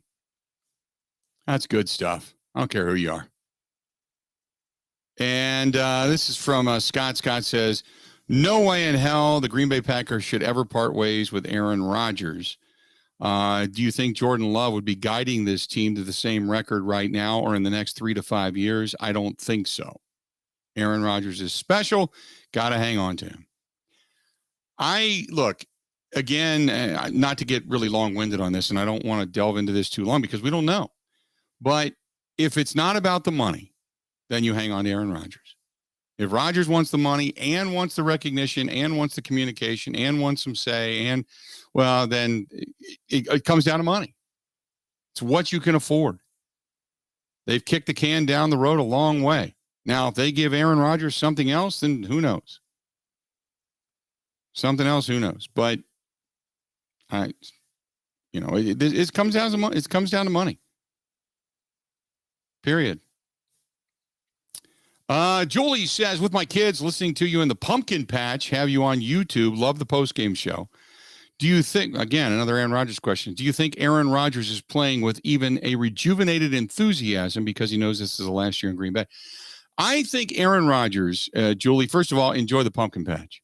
Those things are great. Hay rides are great. It's a beautiful day throughout the state of Wisconsin. Get out and enjoy it today, tomorrow, Tuesday, and then we go back to craptastic and more seasonal weather. So say hi to the kids, enjoy the pumpkin patch, enjoy the hay rides, whatever else you got going on out there. But when it comes to Aaron Rodgers' play, I think there's a little something there that maybe he's letting it all soak in just in case he's not the quarterback next year for the Green Bay Packers. But this is what you get. You get a guy that always gives you, he's competitive. He's the ultra competitor. So you're always going to get that. And again, he has used whatever inspiration he could find. He could throw on his shoulder as to say, told you so, screw you, throughout his entire career. Today's no different. He was probably just hearing it. Big time. And he's probably hearing it from fans down in Chicago that think that he's leaving. So they're probably going, at your last time, enjoy it, whatever. And then he drops the F-bomb on him, and I still own you. I'll take that. I'll take that. Drew says, do you think that Matt LaFleur was calling the plays today, or is it more Aaron Rodgers? If Aaron Rodgers is getting more say when it comes to personnel, don't you think he has more say when it comes to play calling on the field? I think it's the same. I think he's just always, when he does things so often that just work out right, Matt LaFleur has, over time, I think just said, I'll collaborate with Aaron and we will set up the offense. I don't think it's Aaron Rodgers flexing his muscles saying, I have to be the play caller. I have to be the personnel guy. I have to do all of that. I don't think it's it. I think all he wanted is just a seat at the table. Just a seat at the table. Just let me have my voice heard so I feel like I've got your ear so we can talk. That's it. This isn't Aaron Rodgers by any stretch of the imagination going, I have to have all the power. That's not it. That's not what this is. I think it's just strictly Aaron Rodgers looking at the situation and saying, I'd like to at least have my voice heard. Bill, who do we give all the credit to for the way the offensive line is played? Player after player has gone down. David Bakhtiari is not there and won't be for the next couple of weeks. This has been an amazing transformation of a bunch of young guys and no names to turn into one of the better offensive lines in national football. Coming into the contest as well, don't forget that the Green Bay Packers offensive line, as banged up as they've been, have been the fourth best when it comes to allowing pressure on the quarterback. Now, today they gave up quite a few. 3 sacks, 9 pressures, what I counted. I don't know what the total tally is going to be tomorrow, but 3 sacks and 9 pressures. But coming into the game today, they were fourth best in the National Football League. And that's without Elton Jenkins, and that's without David Bakhtiari. Josh Myers with a bad hand, and he wasn't there last week. You got starters and a rookie that haven't been there, and you're still that good. 100%, I'm on your side. Stenovich, Butkus, both guys up front as the coaching staff goes, both of those guys have done a fantastic job. Fantastic job. And the other guy that today should have gotten a little more play when it comes to positivity, Royce Newman. Give that guy some credit. A couple of times today, he was pulling. He pulled on the big A.J. Dillon run. He was a pulling guard on the A.J. Dillon run. Great job getting around that outside and taking that linebacker and pushing him out to the side and blowing that hole open. Royce Newman, another solid one. This is not a team that I'm going to sit here today and pontificate that they are all of a sudden a Super Bowl team. I think they're a contender for the NFC. But it seems like every time somebody goes down, somebody steps up. You know, Yadam came in, they weren't sure. He looked okay, got burned a couple of times, pass interference. Here comes Rasul Douglas, the guy they just picked up. Rasul Douglas comes in. All of a sudden, everything in the secondary settles down. Darnell Savage Jr., hitter, liked it. Adrian Amos has been the mainstay, the steady factor back there. Just, man, it's awesome. Now, they got to get everybody back and healthy if you think you're going to win a championship. But for what they need to do to reel off wins on the schedule and to do it in pretty convincing fashion, right? This has been a good football team. I want to leave plenty of time for our buddy Mike Clemens, who is live from Soldier Field. The mistake down there next to the lake. And that used to belong to Cleveland, but Cleveland's got a better stadium now and a better football team. Meanwhile, although they're getting their ass whooped today, but meanwhile, the Chicago Bears continue to be mired in the town that is called Suckdom. Stay tuned. We'll talk to Mike Clemens as we wrap it up next on the Green and Gold Postgame Show presented by Bud Light. This is the Green and Gold Postgame Show on the Wisconsin Sports Zone Radio Network.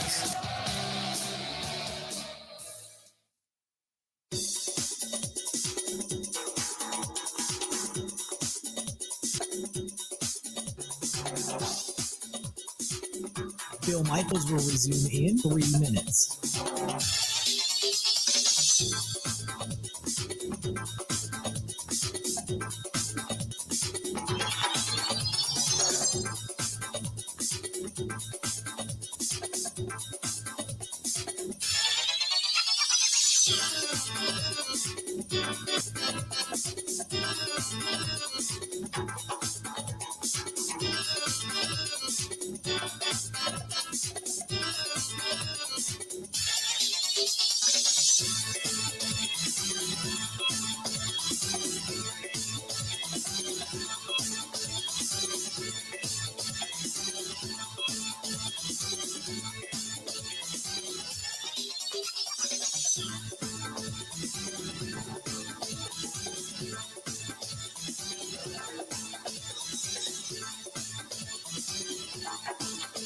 Bill Michaels will resume in 2 minutes.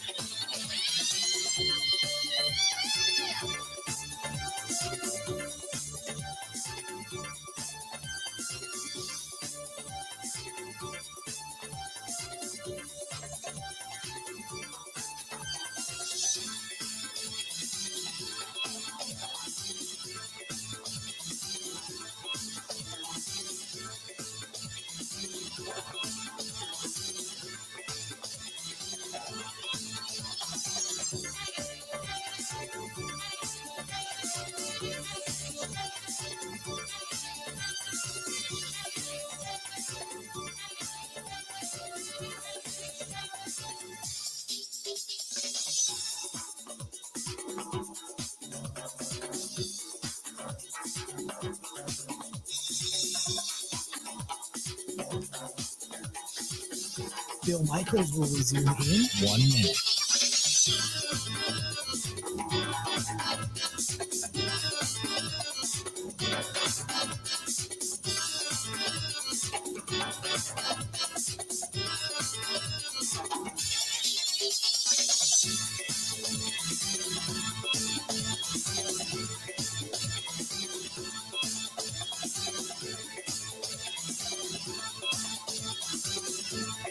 Bill Michaels will resume in 30 seconds.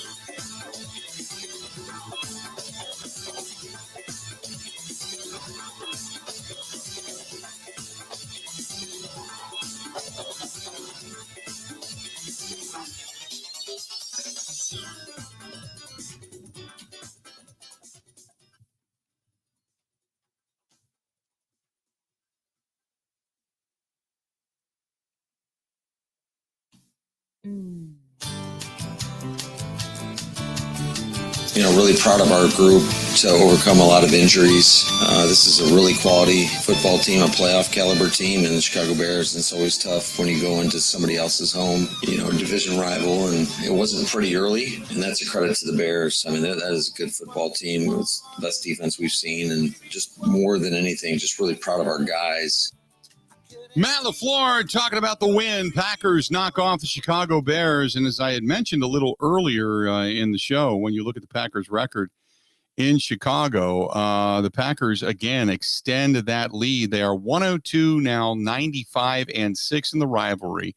Aaron Rodgers has 13 games against the Bears now where he's got a quarterback rating of 100+. And in every one of those games, the Green Bay Packers have walked away with a victory. And after another victory down in Soldier Field, Mike Clemens joining us on the hotline. Michael, it was a glorious day down at Soldier Field. Started out kind of maybe harried a little bit, but after that, the Packers settled in and played a pretty good game.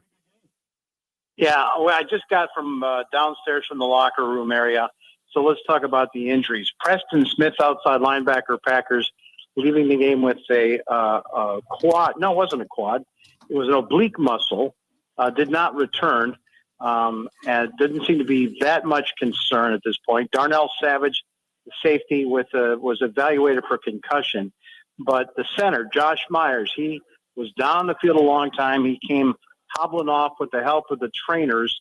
He's got a knee injury, and LaFleur said, well, we don't think it's season ending.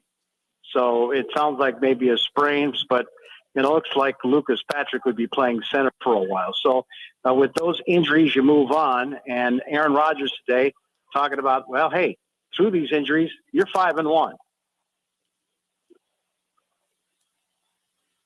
I'm really proud of the guys. Really, like I've said before, felt like the first week was an anomaly. We've backed it up the last 5 weeks. But the way that we've done it with the guys we've done it with the kind of injuries that we've had, you look at our roster now, there's a lot of guys who weren't with us starting the season that are playing big minutes. Rasul out there playing a bunch of time for us. Proud of him. Jalen was in there a little bit today too. John Runyon playing left guard for us. Lucas coming in at center. Elton coming back from an injury.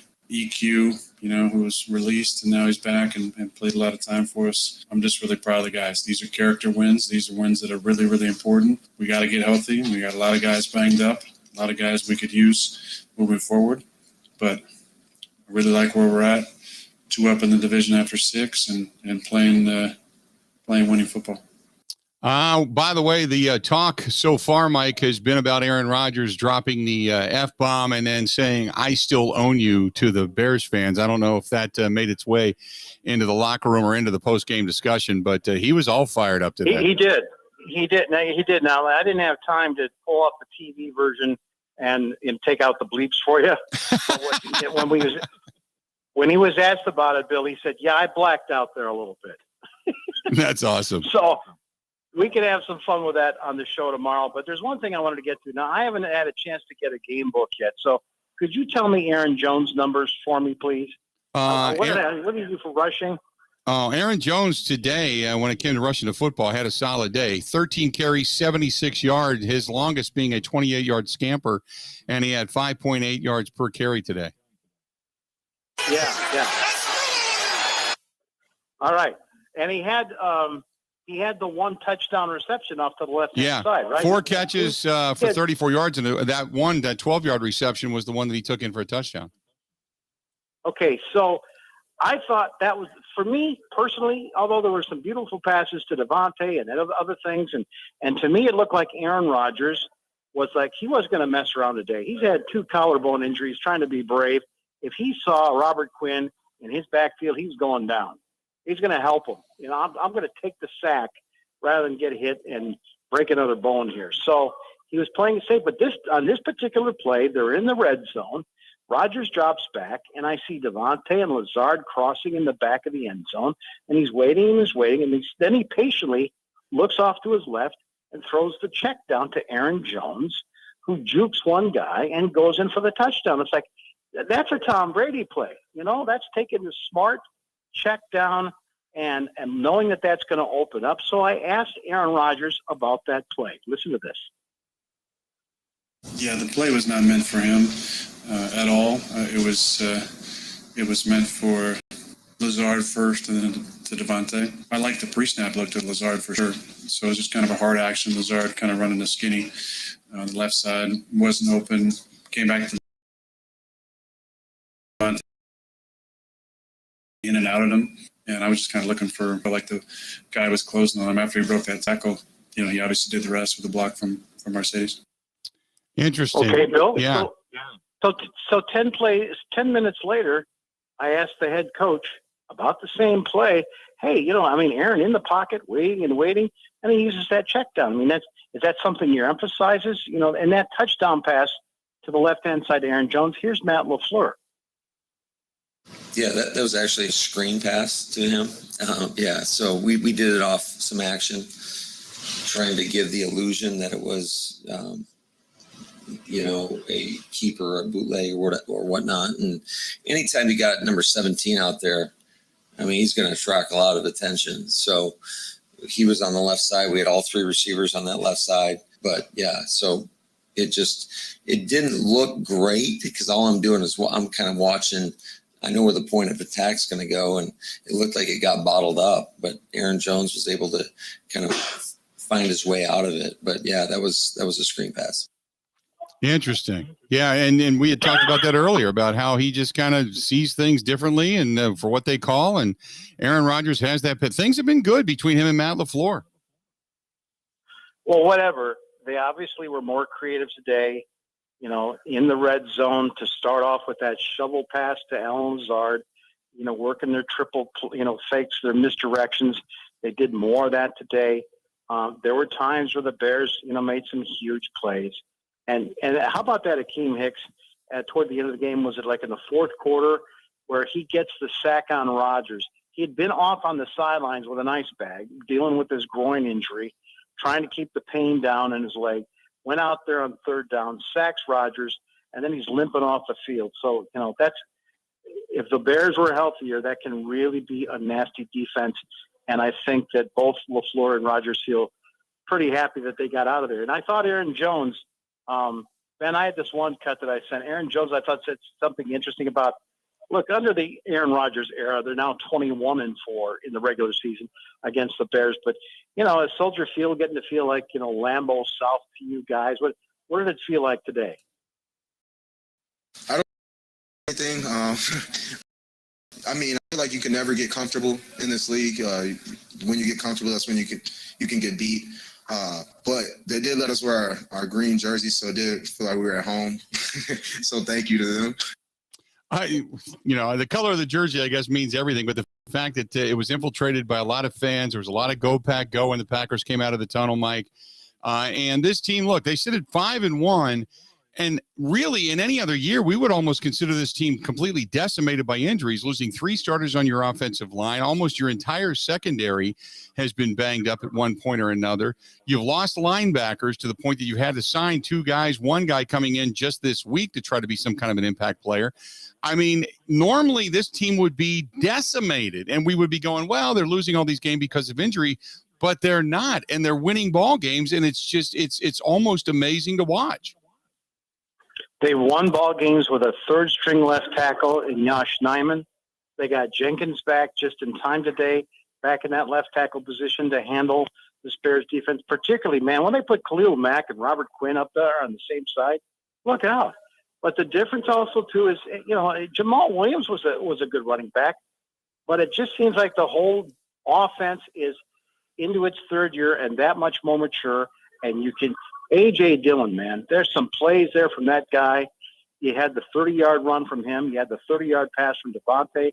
Devontae getting ever more clever on finding – I'll tell you what, Bill, there's plenty of times that Devontae did get open today, and they just couldn't get the ball to him because Rodgers was under pressure. And like I said, he was – he'll take the sack rather than take a serious hit. So that makes a difference, how you can coach up these young guys in the offensive line. A lot of credit going to Adam Stenovich, the offensive line coach. And then, Joe Barry's he kept the defense in there. They contained Fields. I thought Fields, I don't want to be controversial, but I'll just say it. I thought Justin Fields looked better today than Mitch Trubisky ever did. No, I agree with you. 5 games in the season.